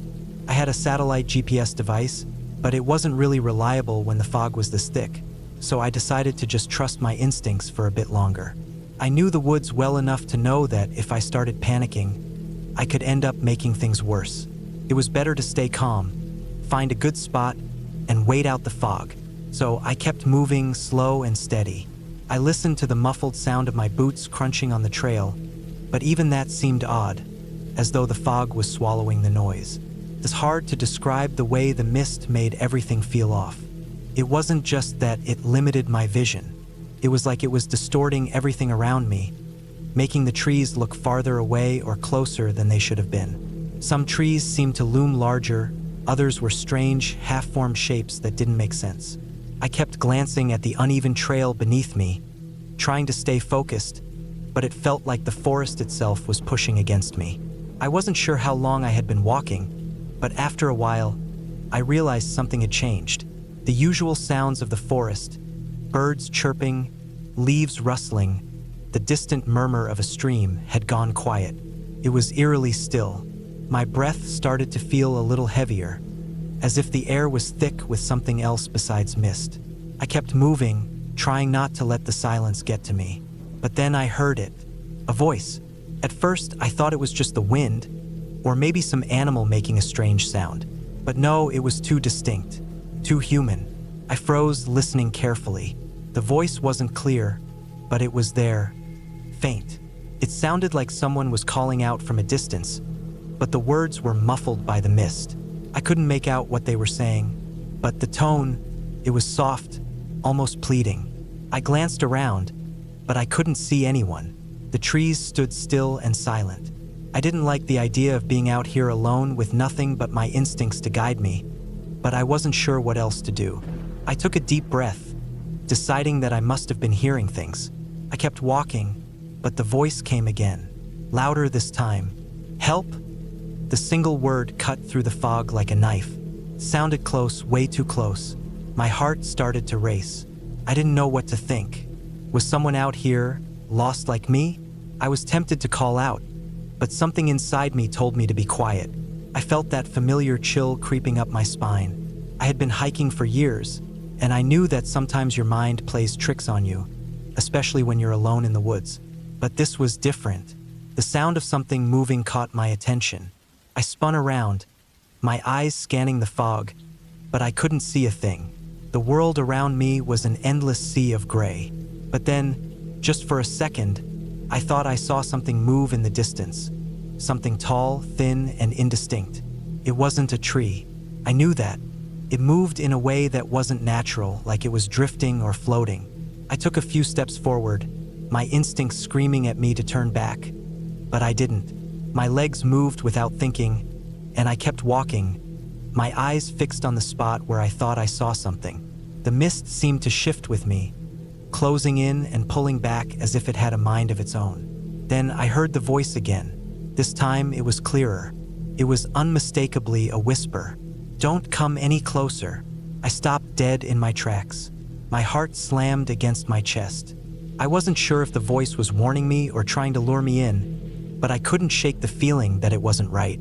I spun around, trying to find the way back to the trail, but everything looked the same. The trees, the ground, the fog.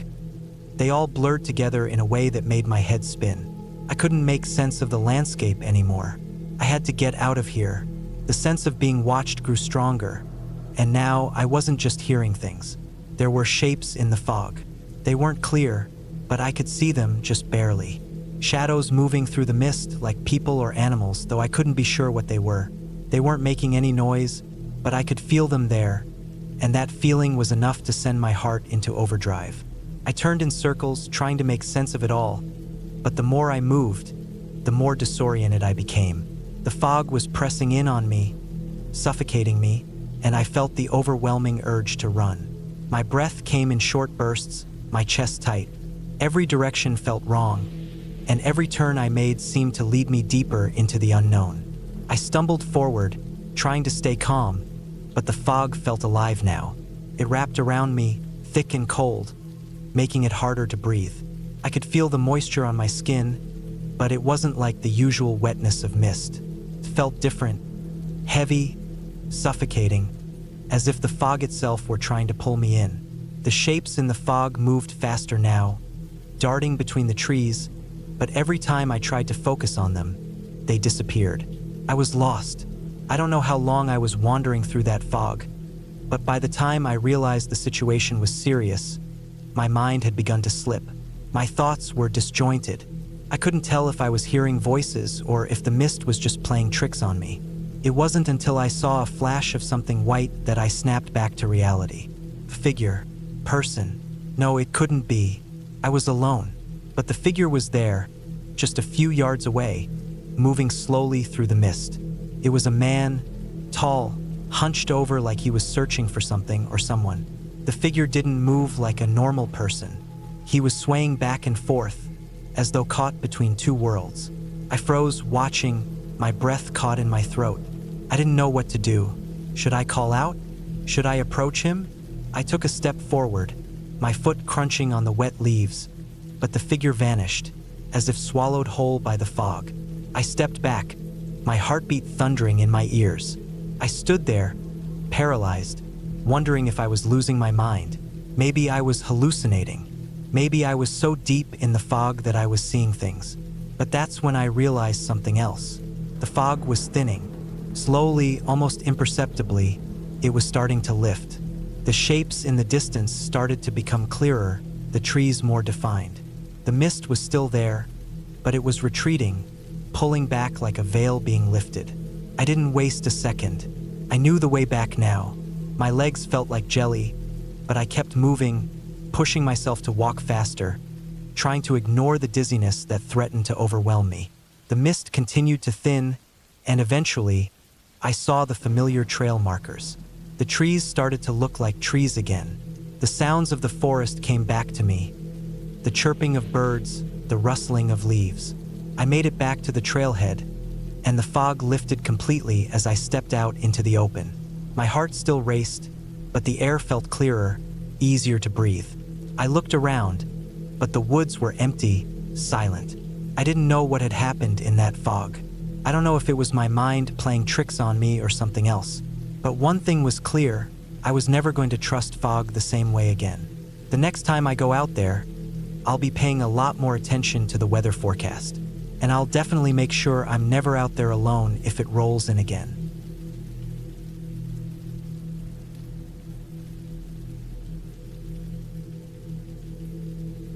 I always thought I was good at keeping my cool in strange situations.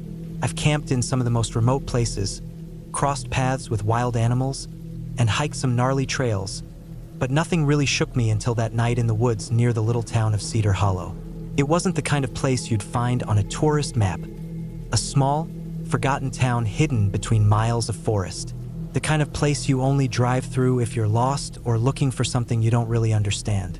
And it wasn't a place you stayed in long either.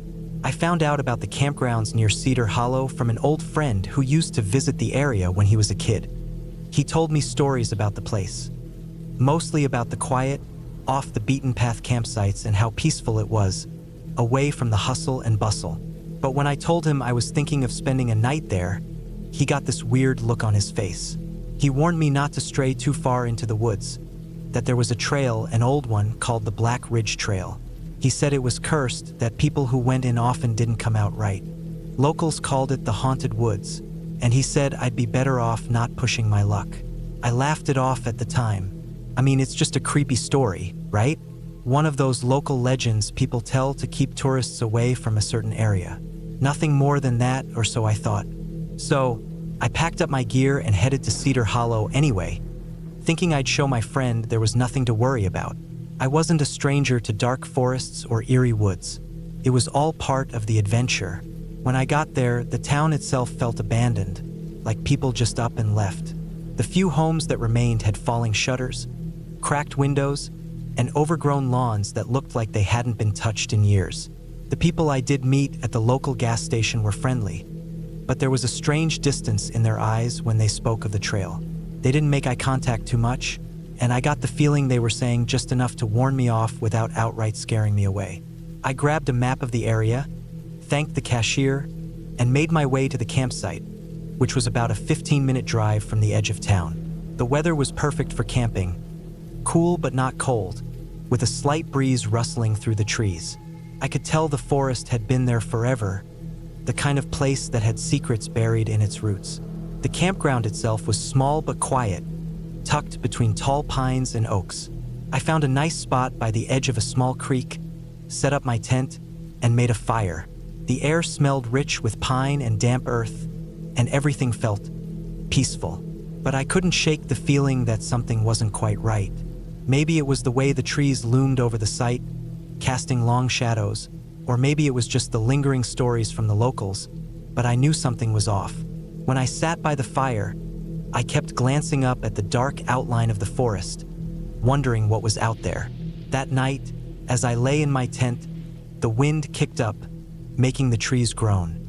It was then that I heard something in the woods, something that didn't belong. At first, it was a faint rustling, like someone moving through the underbrush, then a snap like a branch breaking underfoot. I lay still, listening hard. Another snap. The rustling came closer, and I felt my heart rate pick up.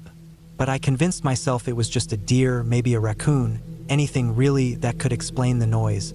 Still, I kept my flashlight on the zipper of my tent, just in case. When I finally managed to sleep, I woke up to an eerie quiet.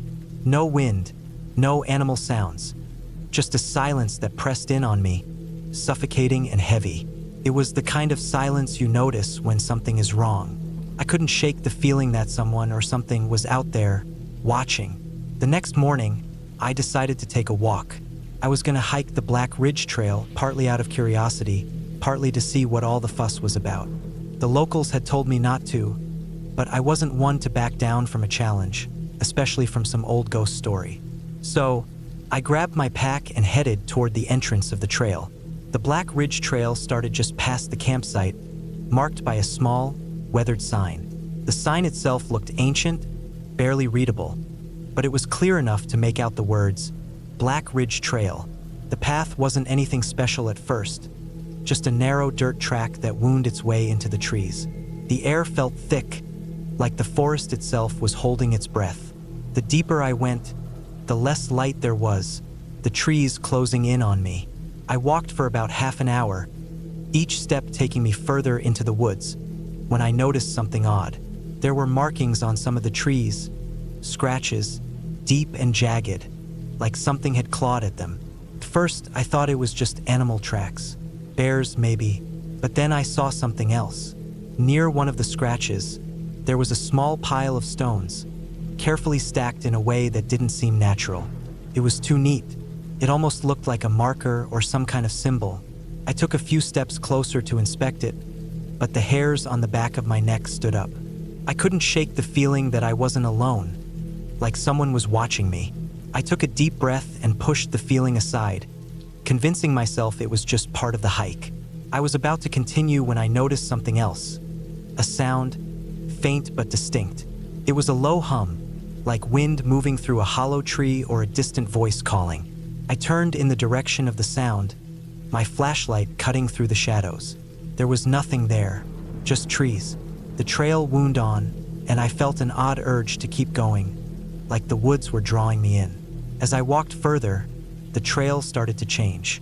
The trees grew taller, their branches twisting into unnatural shapes. I began to feel an unease creeping up my spine, but I pushed it down. Then, I came across something that made my heart skip a beat. An old, rusted metal fence, half buried in the dirt, snaking along the edge of the trail. The fence wasn't a part of the trail at all, as far as I could tell. It looked out of place, like a forgotten boundary that had been left behind long ago. I stopped, my flashlight scanning over the twisted, broken remnants of the fence. There were old, faded signs nailed to some of the posts. I stepped closer to read one, though it was barely legible. It read, "Trespassers will be punished." The warning sent a chill down my spine. I felt as though I'd crossed some invisible line, a threshold that shouldn't have been crossed. The air felt heavier, thicker now. I could hear my own heartbeat pounding in my ears as I stood there, staring at the fence. Then, I heard something, footsteps, light but unmistakable, coming from somewhere deep within the woods. They were getting closer. I froze, straining to hear. The footsteps stopped, and I felt that familiar pressure on my chest, like I was being watched. I turned, shining my light into the trees, but there was nothing. No movement, no sound. I wasn't sure how much longer I could stay calm. Something about that place didn't sit right with me, but I was determined to finish the trail to find out if this really was just a local myth. So I took another step forward. The trees seemed to close in on me, darker now.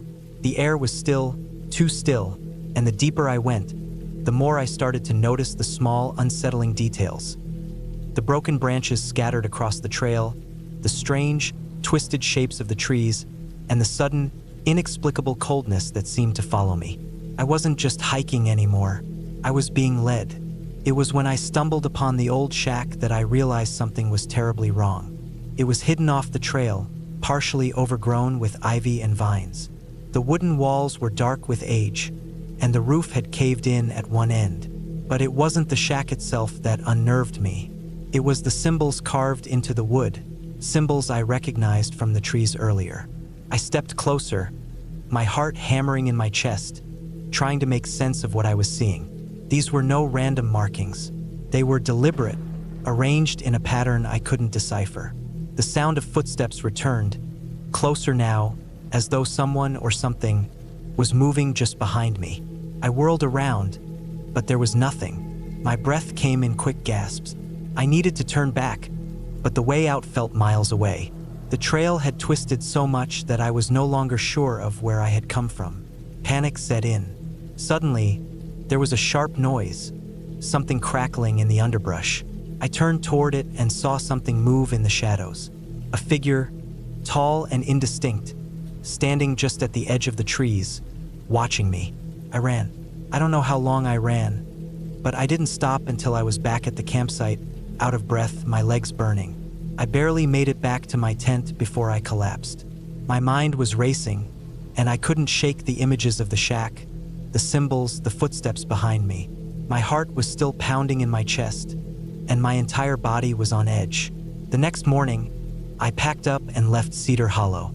I didn't look back, and I haven't gone back to that trail.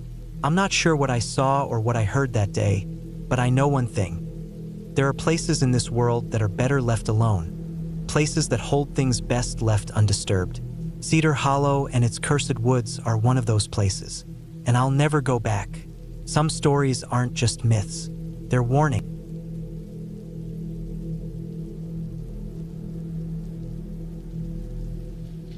I was alone, as usual, hiking along a section of trail I'd never been to before. It was supposed to be a peaceful weekend, just me and the wilderness. My gear was minimal, and I wasn't planning to stay more than one night at any campsite. A night under the stars, maybe near a creek, just to clear my head.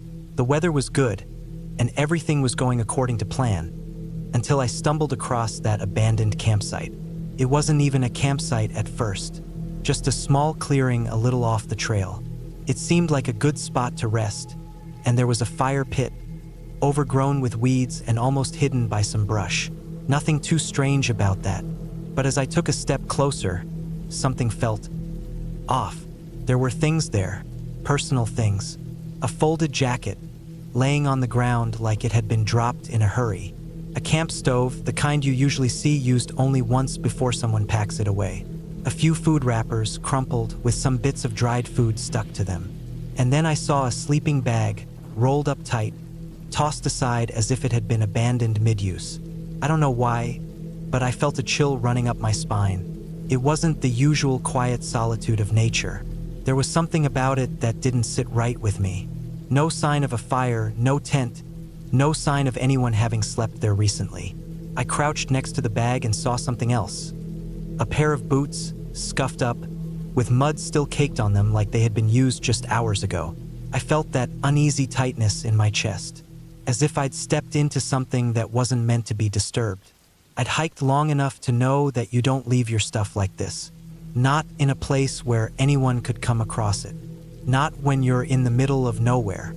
There was an abandoned feel to it, but also the kind of unsettled feeling you get when you know something isn't quite right, like when you walk into a room and instantly feel that it's been disturbed. The air around me seemed to have changed. There was a stillness, almost too perfect, like the forest was holding its breath. I started to move away from the campsite, thinking maybe I should just keep going. But something stopped me. I could feel eyes on me. My skin tingled, and a knot formed in my stomach. I checked the sky. Late afternoon, the sun still high, but that strange feeling didn't go away. In fact, it only intensified as I stood there, frozen. I shook my head, telling myself I was just overthinking things. After all, maybe it was a campsite that people had just left behind, nothing more. Maybe they had to leave in a hurry, and that was it. Nothing sinister, but I couldn't shake the feeling that something was wrong. I thought about my options, head back, or continue on the trail. In the end, I chose to continue on, but I couldn't help but glance back one last time before I moved away, wondering if I had missed something, if I had left something behind in that strange clearing. As the day went on, I couldn't stop thinking about the abandoned site. I kept walking, taking the trail and then a side path that led down toward a creek. My eyes kept darting to the edges of the woods, the thick brush, the rocks, anything that could be hiding someone. I thought I heard footsteps behind me, soft but deliberate, following me. Every now and then, I'd look back, but all I'd see was the trail, the trees, the emptiness of it all. Still, the feeling didn't go away. The tension was building, the feeling of being watched almost suffocating. Night came quick, and I found myself setting up camp by the creek. I wasn't sure I was comfortable, but I didn't want to risk trying to find another site at dusk. I tried to shake off the feeling of unease and focused on setting up my tent. The fire crackled as I built it up, and I tried to ignore the nagging sense that something wasn't right.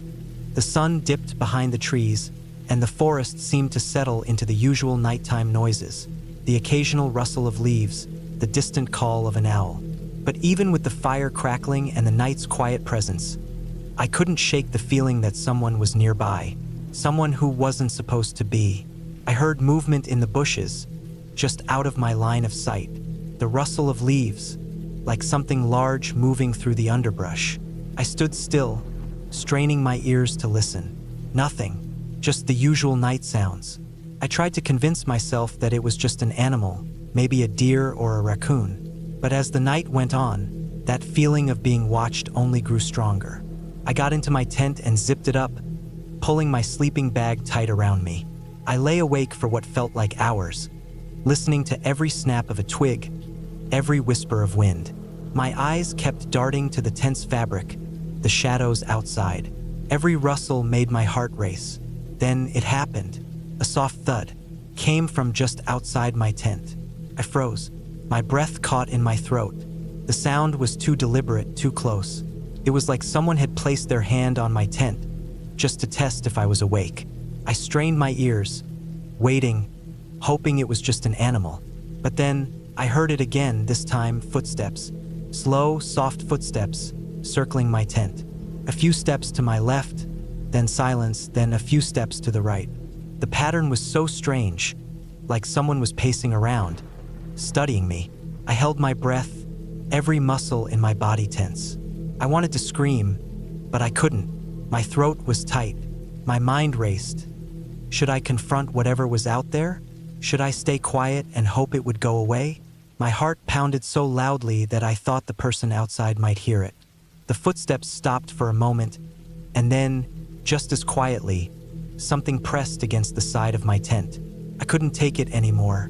I unzipped the tent slowly, trying to make no noise, and peeked outside. Nothing. There was nothing there. No one. Just the dark, the trees, and the faint glow of my campfire in the distance. But I knew someone had been there. I wasn't imagining it. The footsteps, the thud against the tent. It was too real. I stayed awake for the rest of the night, not daring to close my eyes. The forest around me felt heavy with the weight of something not quite right. Every few minutes, I would hear another rustle, another soft footstep. I kept looking out, hoping for some kind of sign, but there was nothing. Eventually, the hours stretched on, and the footsteps stopped. The only thing left was the wind and the sound of my own breathing. By morning, the forest seemed eerily quiet, like everything had settled down and returned to its usual rhythm. I packed up my things quickly, not wanting to linger. As I gathered my gear, I couldn't shake the feeling that someone was watching me from the trees. It was a feeling I couldn't shake, even as I started down the trail, leaving the creek and that campsite far behind me. I never found out who had been out there, circling my tent in the night. The campsite, with its abandoned belongings and strange atmosphere, never made sense. But I never saw anyone, and I didn't want to. I still don't know if I'll ever go back to that trail or what exactly happened. But that night, I learned that some places, some situations are better left unexplored, and some things are better left undisturbed. The forest is quiet again now, but every time I hear the wind in the trees, I remember that night. And I know there are things out there that you're not supposed to see, things that will never be explained. But maybe that's the point.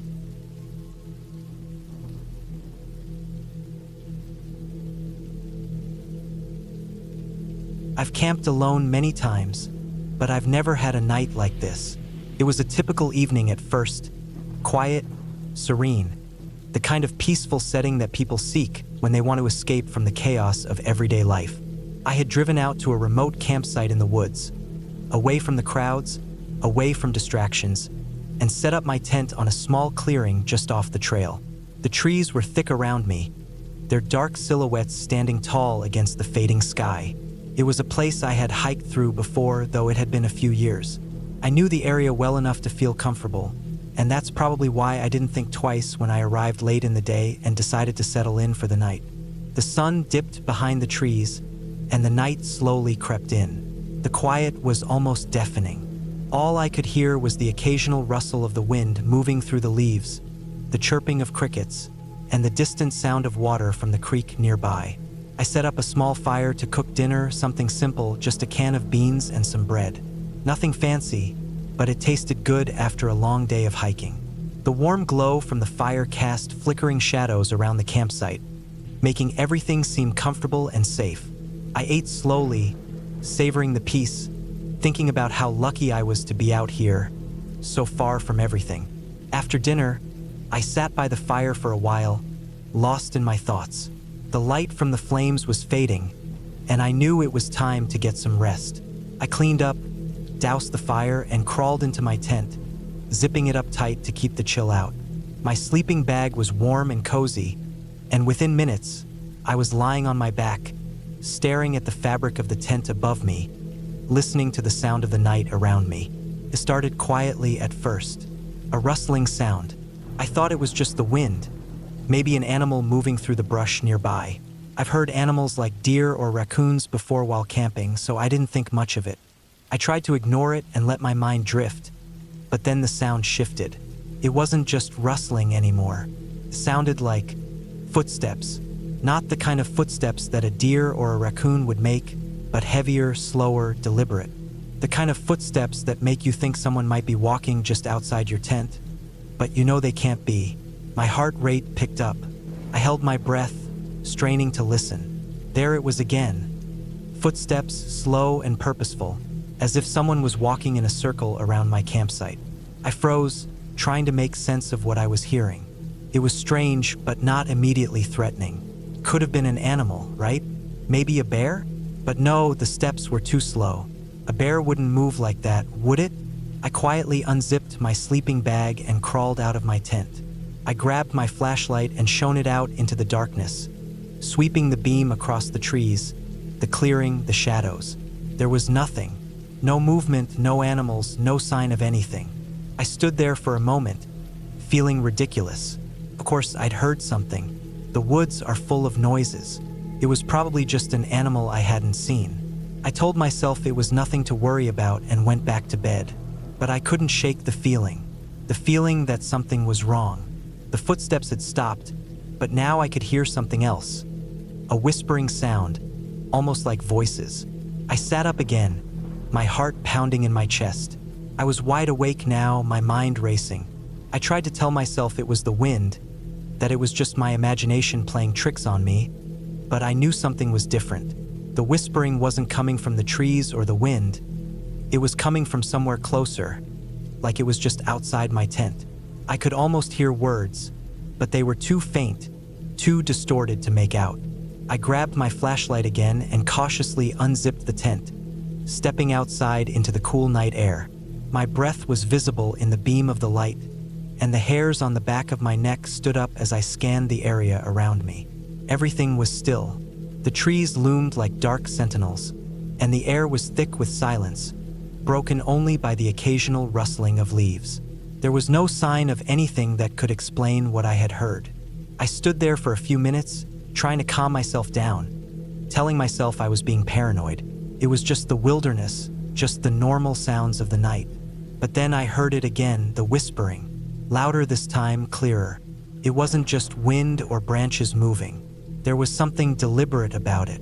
Someone was out there. I couldn't see them, but I could feel them, as if they were watching me. My heart was racing now. I was trying to stay rational, but I couldn't shake the feeling of being followed, of being hunted. I didn't know what to do. Should I pack up and leave?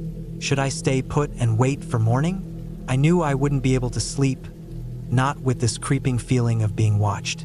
I decided to go back into my tent, zip it up, and try to ride out the rest of the night. It would be safer inside, right? I couldn't see anything, couldn't hear anything that made sense, but I felt like I wasn't alone anymore. It was a feeling I had never had while camping before, and it was unsettling. The night dragged on. I lay there in the darkness, my eyes wide open, straining to hear any sound that might give me a clue about what was happening. The whispering came and went, fading in and out like a distant conversation. The footsteps had stopped, but I kept hearing something. A soft scratching sound, like nails on the ground or something moving slowly in the brush. By now, I was sure I wasn't imagining it. Something was out there, and the worst part, felt like whatever it was waiting, watching. It was around 3 a.m. when I heard the sound that made my blood run cold. A loud crack, like a branch snapping under the weight of something heavy. It was so close, just beyond the tree line, maybe 20 or 30 feet away. My breath caught in my throat as I grabbed my flashlight and pointed it towards the noise. Nothing, no movement, no sign of anything. I couldn't take it anymore. I grabbed my backpack, stuffed my gear in as quickly as I could, and unzipped the tent. I had to get out of there. I didn't know if it was an animal or a person, but I knew I wasn't going to stick around to find out.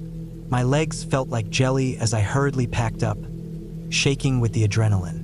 I didn't even bother to pack everything, just the essentials. The flashlight stayed in my hand as I moved quickly, trying to stay as quiet as possible. Just as I was about to leave the clearing, I heard it again. The sound of footsteps, closer this time. Not just one set, but several, moving in unison like a group of people walking towards me. I froze, my blood running cold. I turned off the flashlight and crouched low, trying to make myself as small as possible. My mind was racing, trying to think of what to do, how to escape, how to get to safety. The footsteps were right behind me now, too close. I could hear the rustling of leaves, the soft crunch of dirt. I was being followed. I knew it for sure, but when I turned around to face whatever was following me, there was nothing. The area behind me was empty, the trees silent and still. The air felt heavy, thick with something I couldn't name. My breath was ragged as I stood there in the darkness, trying to make sense of it all. Then, just as quickly as it had started, everything went quiet. The footsteps stopped. The whispering stopped. The air felt normal again. For a long moment, I stood there, frozen, trying to figure out if I had imagined the whole thing. But I couldn't shake the feeling that something had been there. Something had been watching me, waiting for me to make a mistake. I didn't stick around to find out. I grabbed my pack, hiked back to the trailhead, and didn't stop until I was miles away from that campsite. I didn't look back, and I didn't stop to rest until I knew for sure that I was far from whatever had been out there in the dark. When I finally made it back to my car and started the engine, I couldn't help but look in the rearview mirror, half expecting to see someone standing in the woods, watching me drive away.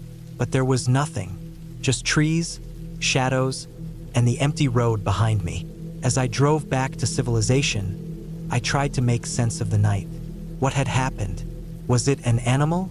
Person? I couldn't explain it, and I couldn't shake the feeling that I had been followed. Maybe it was all in my head, maybe I was just tired, but I knew one thing for sure. I wasn't going back to that campsite again. There was something out there that night, something that I didn't understand, something that didn't want me to stay, and I didn't want to find out what it was.